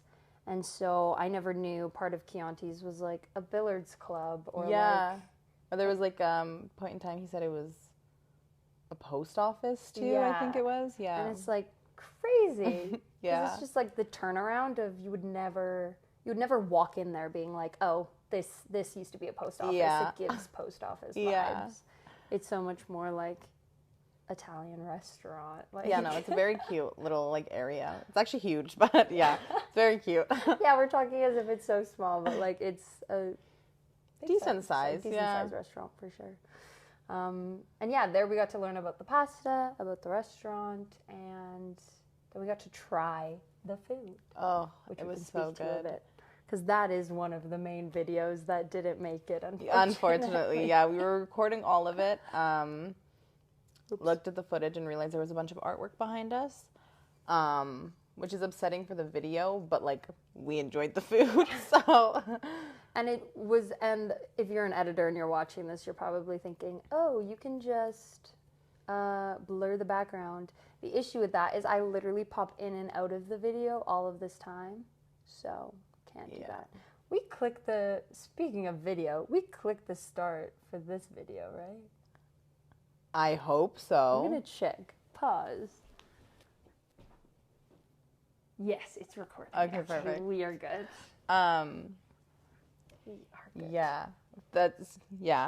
We try not to, like, if you're an editor, you know, blurring's really hard, and that's something that with this program we've learned, because I thought it'd be so easy. I'm like, just like hold it down, click it, because like the most editing I've ever done, sorry, I hit my mic, the only editing I have done is on like Snapchat, so like if you could do it on, I wouldn't even call it editing, like that's how low my credentials are for editing. But it just kind of, just for the experience, the whole overall video, we decided to kind of take that out. But the food was amazing. Like, amazing. I'm a big Italian fan. Before going there, I think the freshest pasta I've had was from, like, Olive Garden. So, good, but I wouldn't say, like, Italian cuisine, like, fresh. Delicious. All of them were really good. I like to try everything, and we've had, I think you've tried all of it too. Yeah, I did. There was the tortellini, the not ravioli. Penne was there, and then the spirally one. Yeah, I'm bad. I can't. This sorry. Was Sunday, guys. We're sorry. We don't remember. But in the video, we've included footage of all of the pastas. Except I think the tortellini, but that's okay. We told you. That's the one we remember, so it's fine. They were all so yummy. Delicious. Like, there was one that I was like, am I going to like that? But I tried it because I'm like, I need to. The one with the green sauce? Yeah. And I was like, and there was like carrots in it. Pesto sauce. Probably makes sense. There was like carrots in it. So good. I think that ended up being my favorite one, which I was so surprised about. It was like a chicken pesto primavera. Does that sound right? I don't know, but that sounds delicious, whatever that is. Yeah, but really good food. Back to, like, Jeff.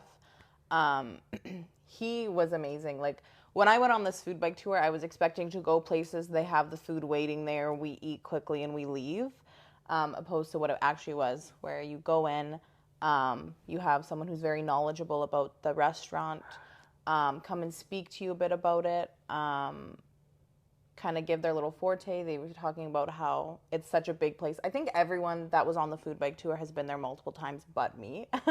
But he was talking about all, like, the celebrities that went there, and so, like, who was it? Wayne Gretzky. Wayne Gretzky was a big one. The Bare Naked Ladies. Yeah. I remember that one. Yeah. There's someone else. No. I didn't know who she was. Neither did I. We were too young for her. But, yeah, there was a couple staples that we were like, they frequent here. That's interesting. It's kind of cool. Yeah, but that was a great experience. And it was nice to have something because you have, like, this small little, like, appetizer almost. And then you go to Chianti's and you kind of have, like, a full meal of pasta. And it was so good. And then, you know, you eat and you're full and you're like, I'm ready to bike now. Like, I'm ready to burn this off. It was great. Yeah, rejuvenated and refreshed. Yeah, I think it was, like, a really positive... What's the word I'm looking for?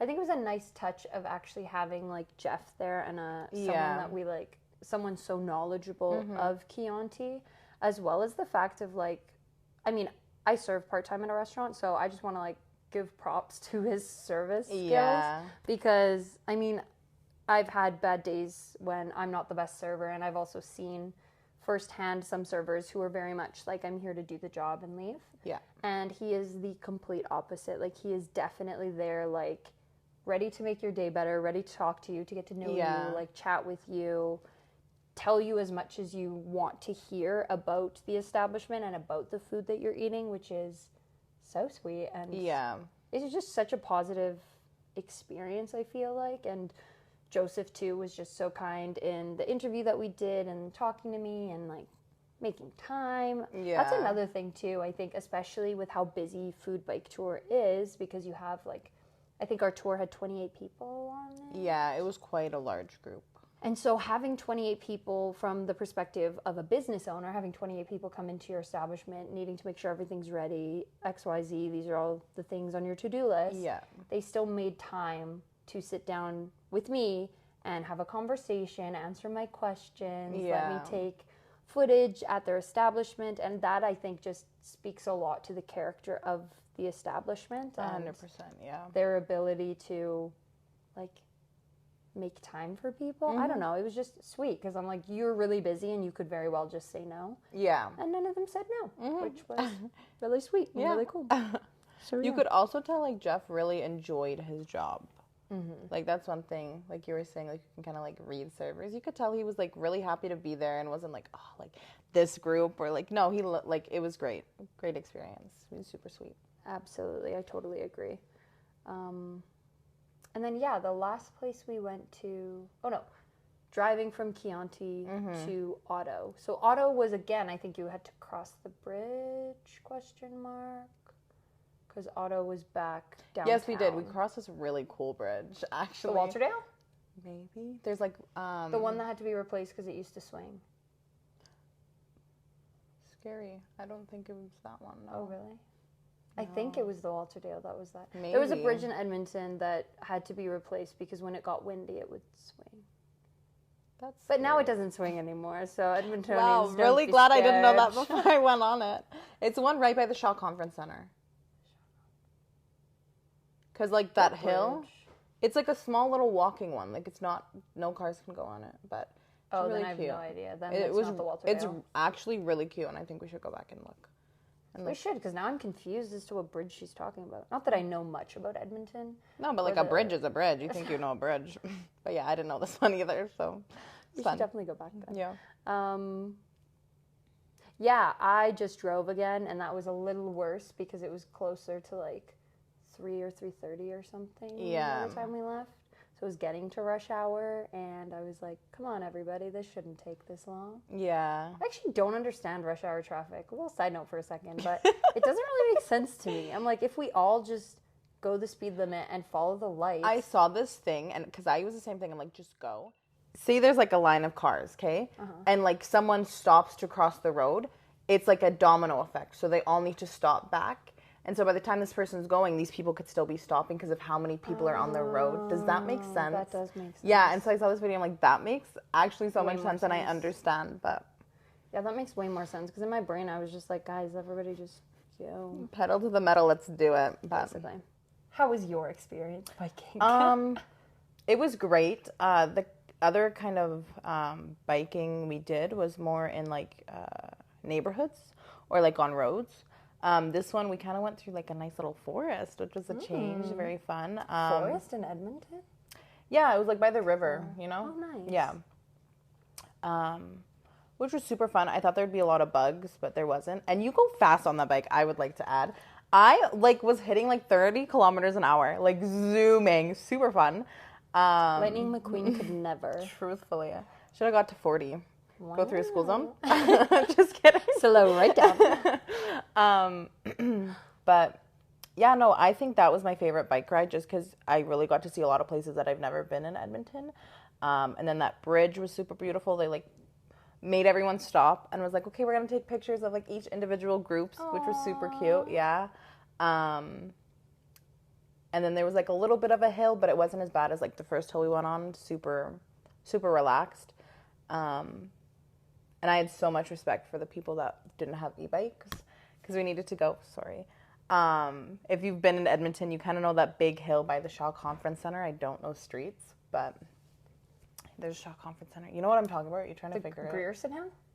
Sure. It's like a main road.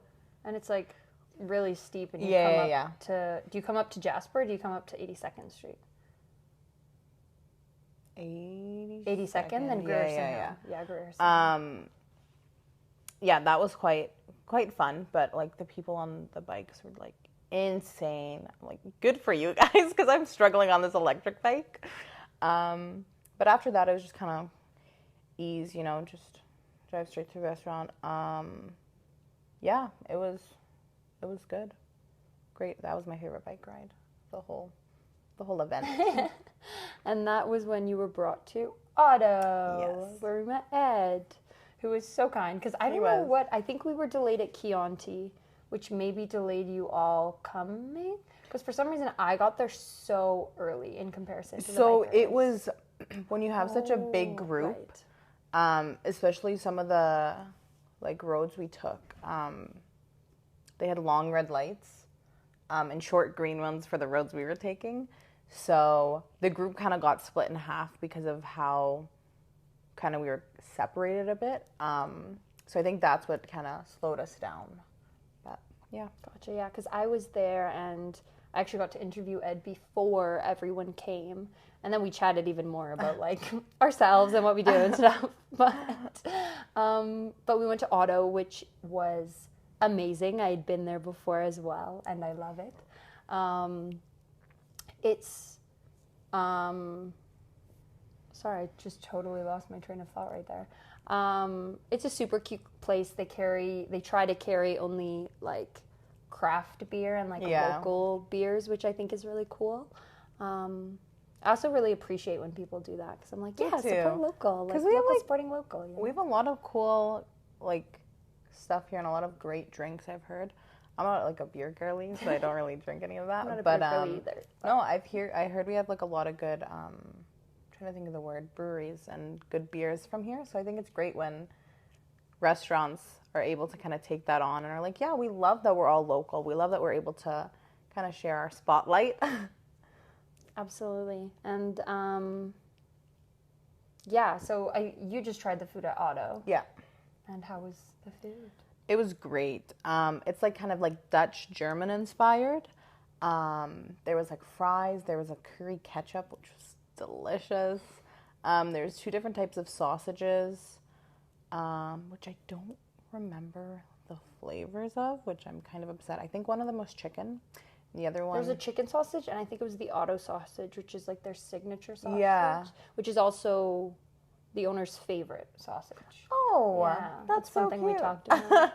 That's so cute. So it came with the sausages. There was sauerkraut. There was pickles.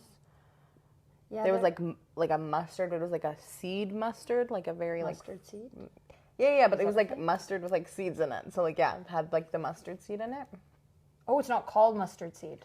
No. Ah, yeah, gotcha. I think Sorry, that's maybe why I it said is. that. I don't was like, know. mustard Yeah. seed? I don't know. But no, it was delicious. It was exactly what you needed to kind of end everything because you're cold and you're tired and you're like just having like this home food was so good. And that's one of the things the owner talked about as well, is they wanted to keep it really simple and really homey. And Yeah. he spoke about the restaurants in Denmark and in other places where the whole point is connection and eating food and enjoying it with other people. Like being less absorbed in the hustle culture and technology. Like it's just far more... family oriented, I guess, Yeah. and like connection oriented, where Yeah. it's like you're sitting, eating, talking, and enjoying with the people around you. Yeah. Which is so cute and wholesome, and I loved it. Yeah. No, the food was great. I also liked the interior of it. They have like a garage door that was open for a bit, which was super fun. Like, I don't know, I think it's like, yes, the food's important, but also like the atmosphere and like the vibes you get from it. And it was just a great vibe all around. The vibes were really good, even though it's not in the best area in Edmonton. It's a really great spot, and spot in which the owner has, I think, worked to change the perception of the area, because while it may be a rougher side of the city, it's still like Otto is still a family-friendly restaurant. Available to people who live in that area, who don't live in that area. It's not super far from anything, so I definitely would recommend trying it out. I think so, yeah. Yeah, I think it was really awesome, and we didn't get to try everything. I've tried a couple things that weren't available to us on Food Bike Tour. Their pretzel, super good.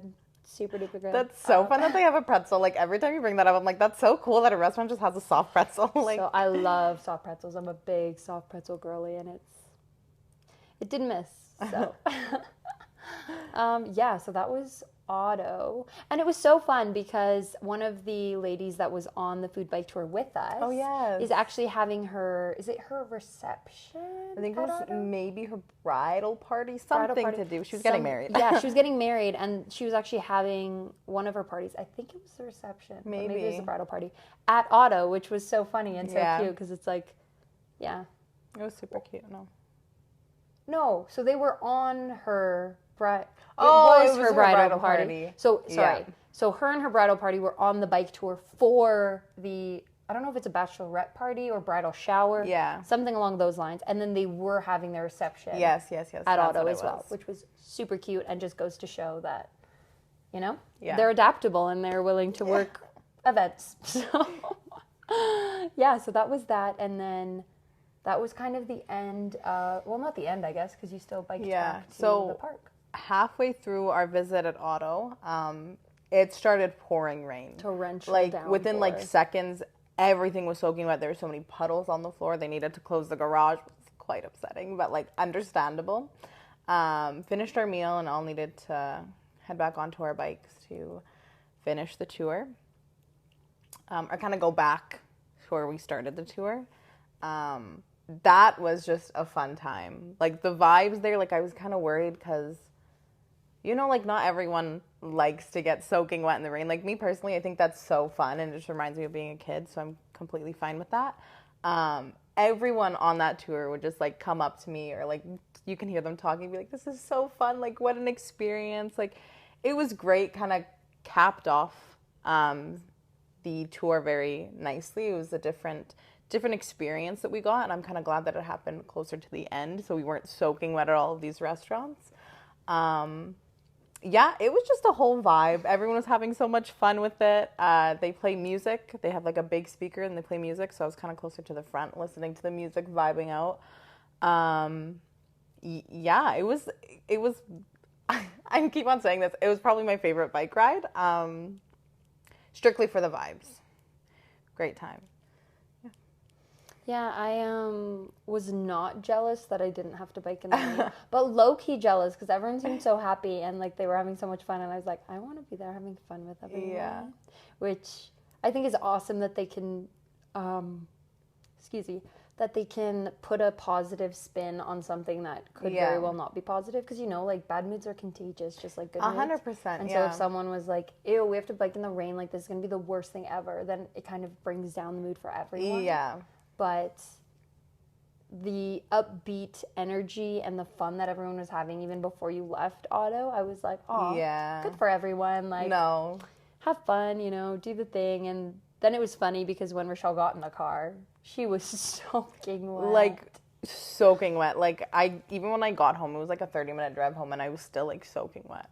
But I had so much fun. Honestly, it was a great time. Positive experience for sure. And I think, because what's your biking background? Maybe speak a bit about that, because you were a rider. Like, so I know how to bike. I wouldn't say I'm like going to like the Tour de France or anything like that. Is that a bike ride? I think it is. I think so. I could be wrong though. That's fine. Hopefully we're not. That's be so embarrassing. But yeah, like, biking's so much fun. I always loved biking. When I was younger, I did a lot more because now I don't really have a bike. But yeah, I wouldn't say I'm an expert at all, especially like I was very new to the e-bikes. But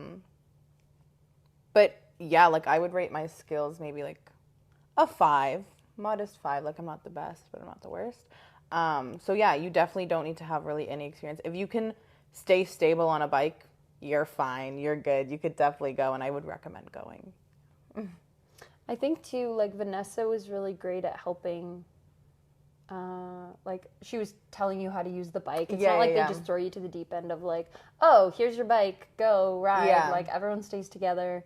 They teach you how to do the bikes, how to do the hand signals. Yeah. And then you get to like meet super cool people and find like new breakfast spots or new lunch spots. 100%, yeah. And I think it just shows you like a different view of the city, which is probably really fun, because when you live somewhere for your entire life, like us, for example, when we've lived here all our lives, it's kind of easier, I think, to overlook all the good that the city has to offer. 100%.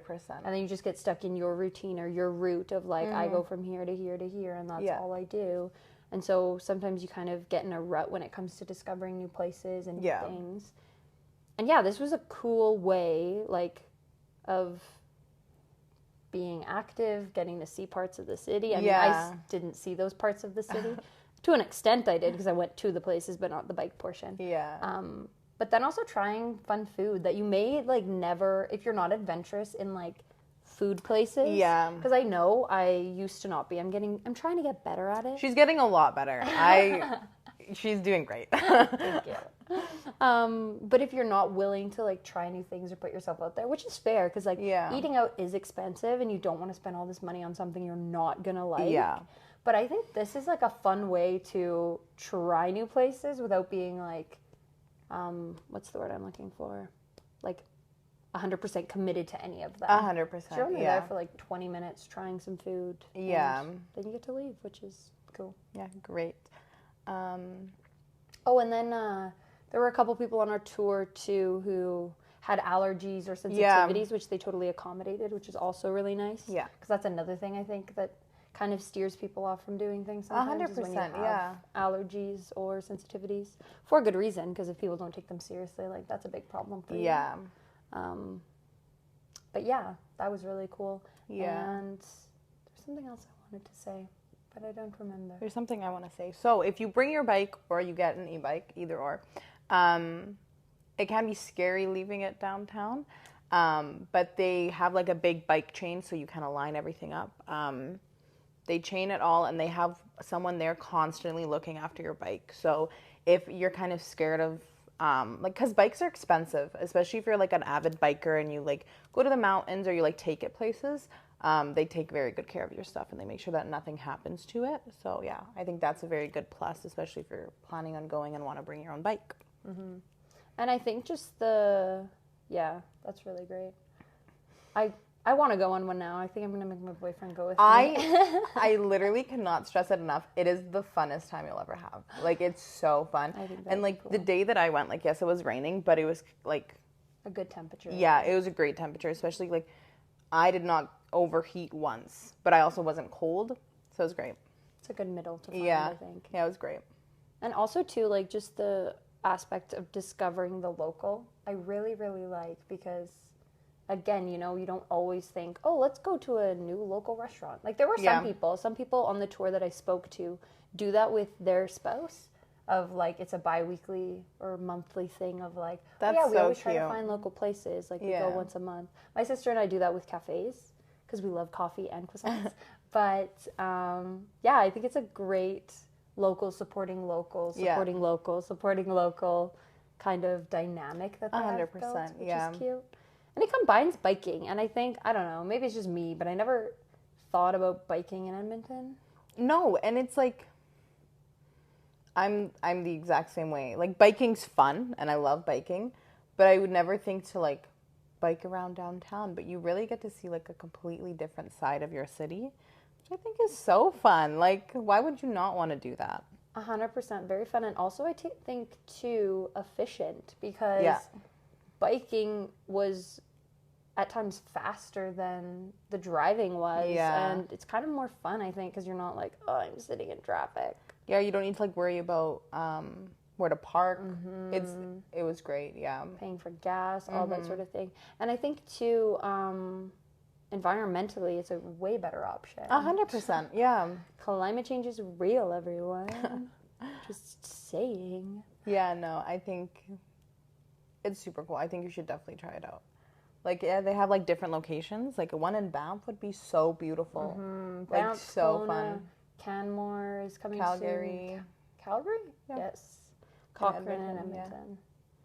Yeah, super fun. And they change like every month. They do like a whole bunch of different ones. So they'll change the restaurants every month. They do like brunch kind of ones on Sundays. They do specialty ones too. We missed Donut Day, which is unfortunate. Yeah, June 2nd is Donut Day. Really upsetting. I think it was. Oh, nice. But I could be wrong. I believe you. I don't remember. Yeah, no, they do like the different areas. I think they said Saturday was like their big bite, so you kind of go and get more food, and then Sunday was more of like if you just want to try like little bits, so you get like smaller portions, but you still can go and like enjoy the bike ride, enjoy the nature, the scenery, you know. Mm-hmm. Yeah. All in all, really positive experience. Yeah. Really positive vibes. Everyone was super nice, and even if food bike tour isn't for you, hop on a bike ride or go to a local restaurant. That's all about, or not restaurant in specific, but that's kind of all of what we're about, is like local spots and local ways to be supporting local. Yeah. Because like, I think it's easier than you think it is. You know? 100% is. It just takes a quick Google. That's like my new thing now. Because I'm kind of sick of like the chain restaurants. Like, they're good in a pinch, but when you want to try like get some good food and have like good conversation, it's a great time to go and just search up like best local restaurants in Edmonton, or like if you're craving something specific like Italian or Chinese, you know, you search it up, find what's gonna fit for you. You know, it's great.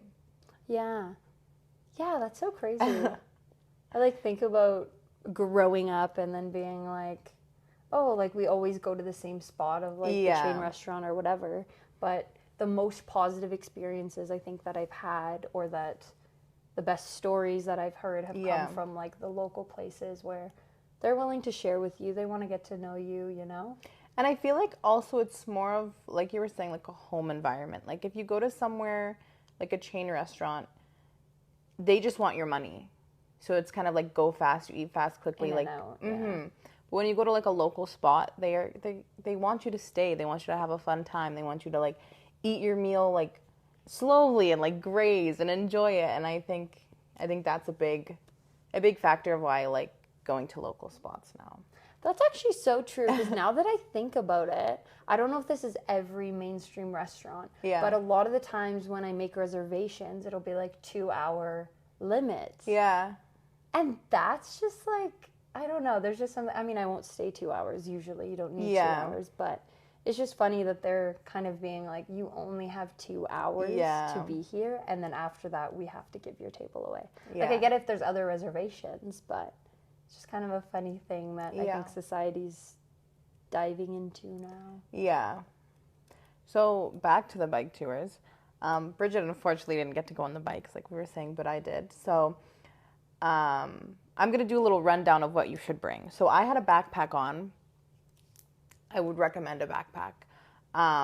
You know, keep sweaters. There was a lot of people who had ponchos, which I didn't even think of, but great idea. If not, you can always use a garbage bag. I said that to her, and she was like, I was like, I was not going to ask Otto for a garbage bag, but thank you so much, Bridget. So yeah, if you, like, I don't mind getting wet, so I didn't really care, but if you don't like getting wet, that's fine. So I'd bring like rain protection, or make sure you check the weather, but I would still bring it, especially now it's so hard to predict the weather. Water, they also provided water, but if you want like cold water, I'd bring your own. There's soft drinks and water, of course, come with the package, so you don't need to pay for that. But if you want like a glass of wine or like a beer or something, which a lot of people did, you do need to pay for that, so bring your ID and your card. Sunscreen, of course, is always good. At a lot of places, you were able to take the leftovers. Chianti, especially because there was so much pasta. So bring, I don't know what they're called, they're kind of like bungee ropes, because there's a little spot where you could place your food or like a bag and kind of tie it up. So bring like a rope to do that if you're planning on taking some home. Trying to think what else I needed. I think I came completely unprepared for the weather and everything, if I'm being so honest, and I was fine. Like, it's not a big deal if you don't remember that. I think it would just make it more enjoyable. Yeah. Make it more enjoyable. Oh, sorry. Did you need bug spray? I didn't know, which I was surprised about, actually. Especially going through like the river valley and all that stuff. I don't know if we were just going so fast that like the bugs couldn't keep up to us. I also like just don't get bitten by bugs, so I might be like a terrible person to talk to about, but I didn't hear anyone complaining about the bugs or anything. I didn't really see any swarms of bugs. And it was like right after like we had like torrential rain, like flooded rain. Bugs were fine. But if you get attacked by bugs a lot, bring bug spray. Yeah. Yeah, because I feel like the mosquitoes are usually like really, really That's bad. what I was thinking. As soon as we went to this thing, I'm like, I'm going to get eaten alive, and I was fine. Yeah. Love it. Yeah. So overall, good experience. I would recommend you going with Logan. I think you guys would have so much fun. I'm going to convince my sisters to go because it was a lot of fun. And even if it's not for you, then pop into a local restaurant. Exactly, or go for a little bike ride. Go for a walk. That's one of the things I talked about love with walking. Jeff at Chianti. He had mentioned, I asked the people, I was like, would you ever do a food bike tour? And he's like, I do a food walk tour. Because like biking isn't for everyone. Totally fair. They offer walking food tours as well. Yeah, which is really cool. And like the winter too, which is insane. Which surprised me. We talked about it with a couple of riders who were like avid riders. Like they did it a whole bunch. And they mentioned that they had gone to see like the ice castles. Yeah. And, like I was like, that makes way more sense. Because walking in winter in Edmonton is very burr. Yeah. So you have to definitely dress warm for that one. For sure. But yeah, thank you all so much. And we hope that gives you a little more insight on what our experience was like. Yeah. And sorry again that we were bad and didn't take into account the artwork. It was a busy time. But you know what that means? You just have to go there for yourself. Exactly. See the artwork. Yeah, absolutely. Do it. So, hello, my name is Sarah Clifford. I am currently residing in Otto, Ontario, but I grew up in Alberta. I went to school in Edmonton at the University of Alberta, so I lived in Edmonton for approximately 4 years, and then I moved to Copenhagen for 2-ish years, and now I'm back in Canada. I first started biking when I was very young, so I grew up on a farm, so that's where I got my toes dipped into the water, I guess. But yeah, I've biked in quite a few places. I've biked in Edmonton, of course. I'm now biking in Ottawa. I've biked mostly in Copenhagen in Denmark, but also around in Amsterdam. I've biked in other large cities in Canada, such as Montreal and Toronto, and I've even biked in Shanghai, China. So I've had a bit of exposure to biking across a few continents. My favorite place to bike is Copenhagen, Denmark. I think primarily due to the infrastructure and the more kind of pro-biking culture. In comparison to Canada, there's not a huge amount, like there is a movement towards increasing bike paths and more people are biking, especially in the summer. But still, I find that there's a bit more of a negative discussion towards cyclists in Canada than what there are in Denmark. And it's just how a lot of people move. It's better for the environment. Than using cars. It's a lot more accessible. You don't need a huge amount of money to get to one place or another in the city because you can get on a bike instead of needing to purchase a car and that kind of stuff. And I feel that it's very safe. The bike lane, similar to Ottawa and Edmonton, it's always divided, but then it's also elevated. So it's kind of like biking on a sidewalk, but you aren't on the sidewalk, so it's also more pedestrian friendly too. Probably Copenhagen again. Or there are a few other cities that I've heard are more biking friendly, so I'm also curious to see what other places do differently than what they do in Denmark. Like Amsterdam is an interesting contrast in comparison to Copenhagen, but I like the bike lanes more in Copenhagen. But probably some places in Belgium, perhaps Norway. I've seen the bike paths in Stockholm and they aren't, I prefer Copenhagen, so I'm not going to say Stockholm, but yeah, some other European countries, I guess, would be good. I don't think there's any resounding experience that comes to my mind. I would just say that being able to, moving to Denmark really opened my eyes to the possibilities of cycling and making cities more accessible. Because there's always this narrative of how it's very difficult to change the infrastructure in a city, and so that's what places like Edmonton are coping with right now, is how to reconcile with putting in more bike lanes but taking away parking and how to deal with that. Copenhagen is a much older city. So it's interesting to hear those discourses around accessibility because it happened in a city that is a lot older and had infrastructure in place for hundreds of years. And yet they've been able to transform the city and make it more accessible. So I think just being in a space like that and seeing how it can be done and what is possible. But at the same time, of course, there's a very large climate difference between Edmonton and Copenhagen, so I can't just say that Edmonton needs to do X, Y, Z. But I think it's been really eye-opening. Also coming from Alberta and living in a smaller town that was not accessible via bike whatsoever. And then when I was living in Edmonton, slowly seeing the transformation with putting more bike lanes downtown. I was there when those policies were accepted and that kind of stuff. So it's been nice to then shift and see a place that is fully positive around cycling. My worst would probably be in Canada. Again, nothing really resounding, but I find at least biking in Ottawa to be a lot more stressful. So I'm very concerned about cars not watching out for me, or it's the same in Edmonton too. Folks aren't really used to driving around bikes. There are some bike lanes, but there aren't enough to ensure that bikes never go on the road beside cars or that they aren't on the sidewalk with pedestrians. So I find it just to be a bit more of a stressful experience and not as easy to enjoy for everyone's safety, not just my safety, but for everyone involved. I think I've kind of touched on that, but I can reiterate. I think it's primarily due to infrastructure. In Shanghai, at least, there are no bike paths whatsoever.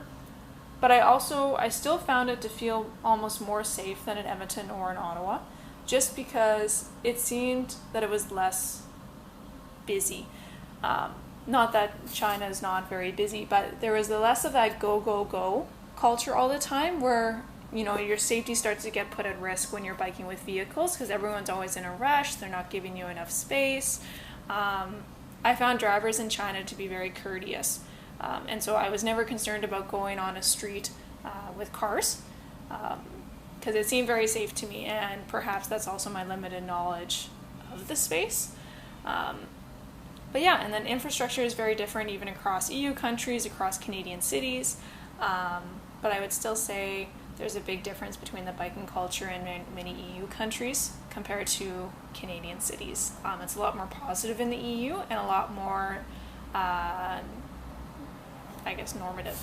I'm not quite sure really why I started. I think I started to bike basically to kind of assimilate into the culture a bit, I guess, especially in Denmark. I started to bike when I was young to spend time with my family, though.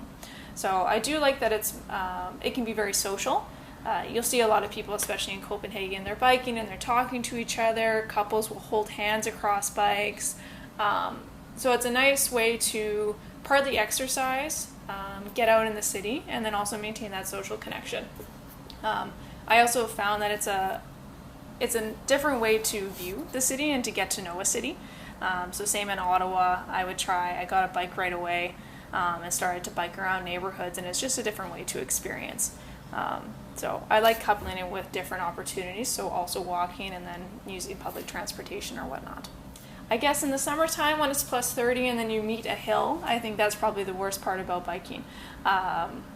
So it's just possibly the exhaustion that can be coupled with it, but that's also just part of physical exercise and is a necessity at the same time. But I guess maybe one of the worst things is, you know, equipment failure. So when your chain falls off and then you have to walk home the rest of the way because your bike isn't working anymore.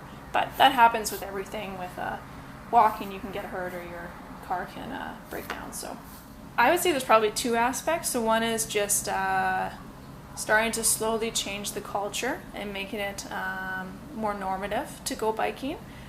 So having more positive discussions around cycling. I know there's a really big disjoint between what cyclists view and then what folks in cars view, and that there's kind of some negative or animosity between the two groups. So working towards that and kind of reconciling those differences. And I think the other thing would be just more infrastructure too. So not only having a few bike lanes here and then they're stopping, making sure that folks can get to where they need to be fully by using bike lanes. Because then I think that's when you really get into the issues of folks are then going on the streets or they're going on sidewalks. And then that also can upset the people who are driving or walking. So I would say those are the two main things that could be done. I think also there's a very large discussion in Edmonton about how bike lanes were reducing parking.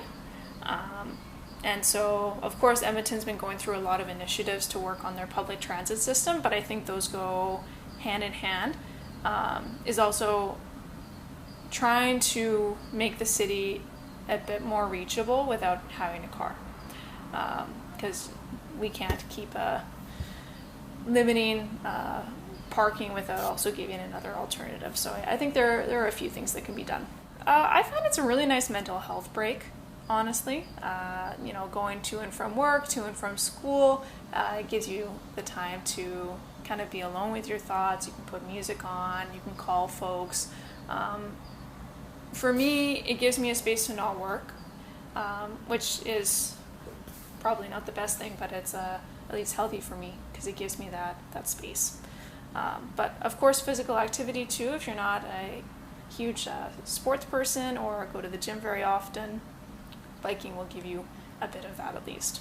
I would have been quite young. I remember being on a tandem bike. So my dad would bike in the front and then mine would be hooked onto the back. And so we would bike to my grandparents' house every once in a while. It was only a mile down the road, and then my mom and my sister would be in the other bike. But my sister was quite young because she wasn't pedaling yet, so it was probably, I would have been 5 or 6 I assume, but I don't know an exact date. It's been a few years, at least. I don't know if I've received this, but I would say just to do things now instead of, not holding back. So if you want to move. If you want to learn how to bike, do it now. And don't wait around. I think the pandemic has taught us a lot about how things can change very rapidly. And so if there's something you need to do or something that drives you, just go ahead and, try it out. It's not going to hurt anything, so why not?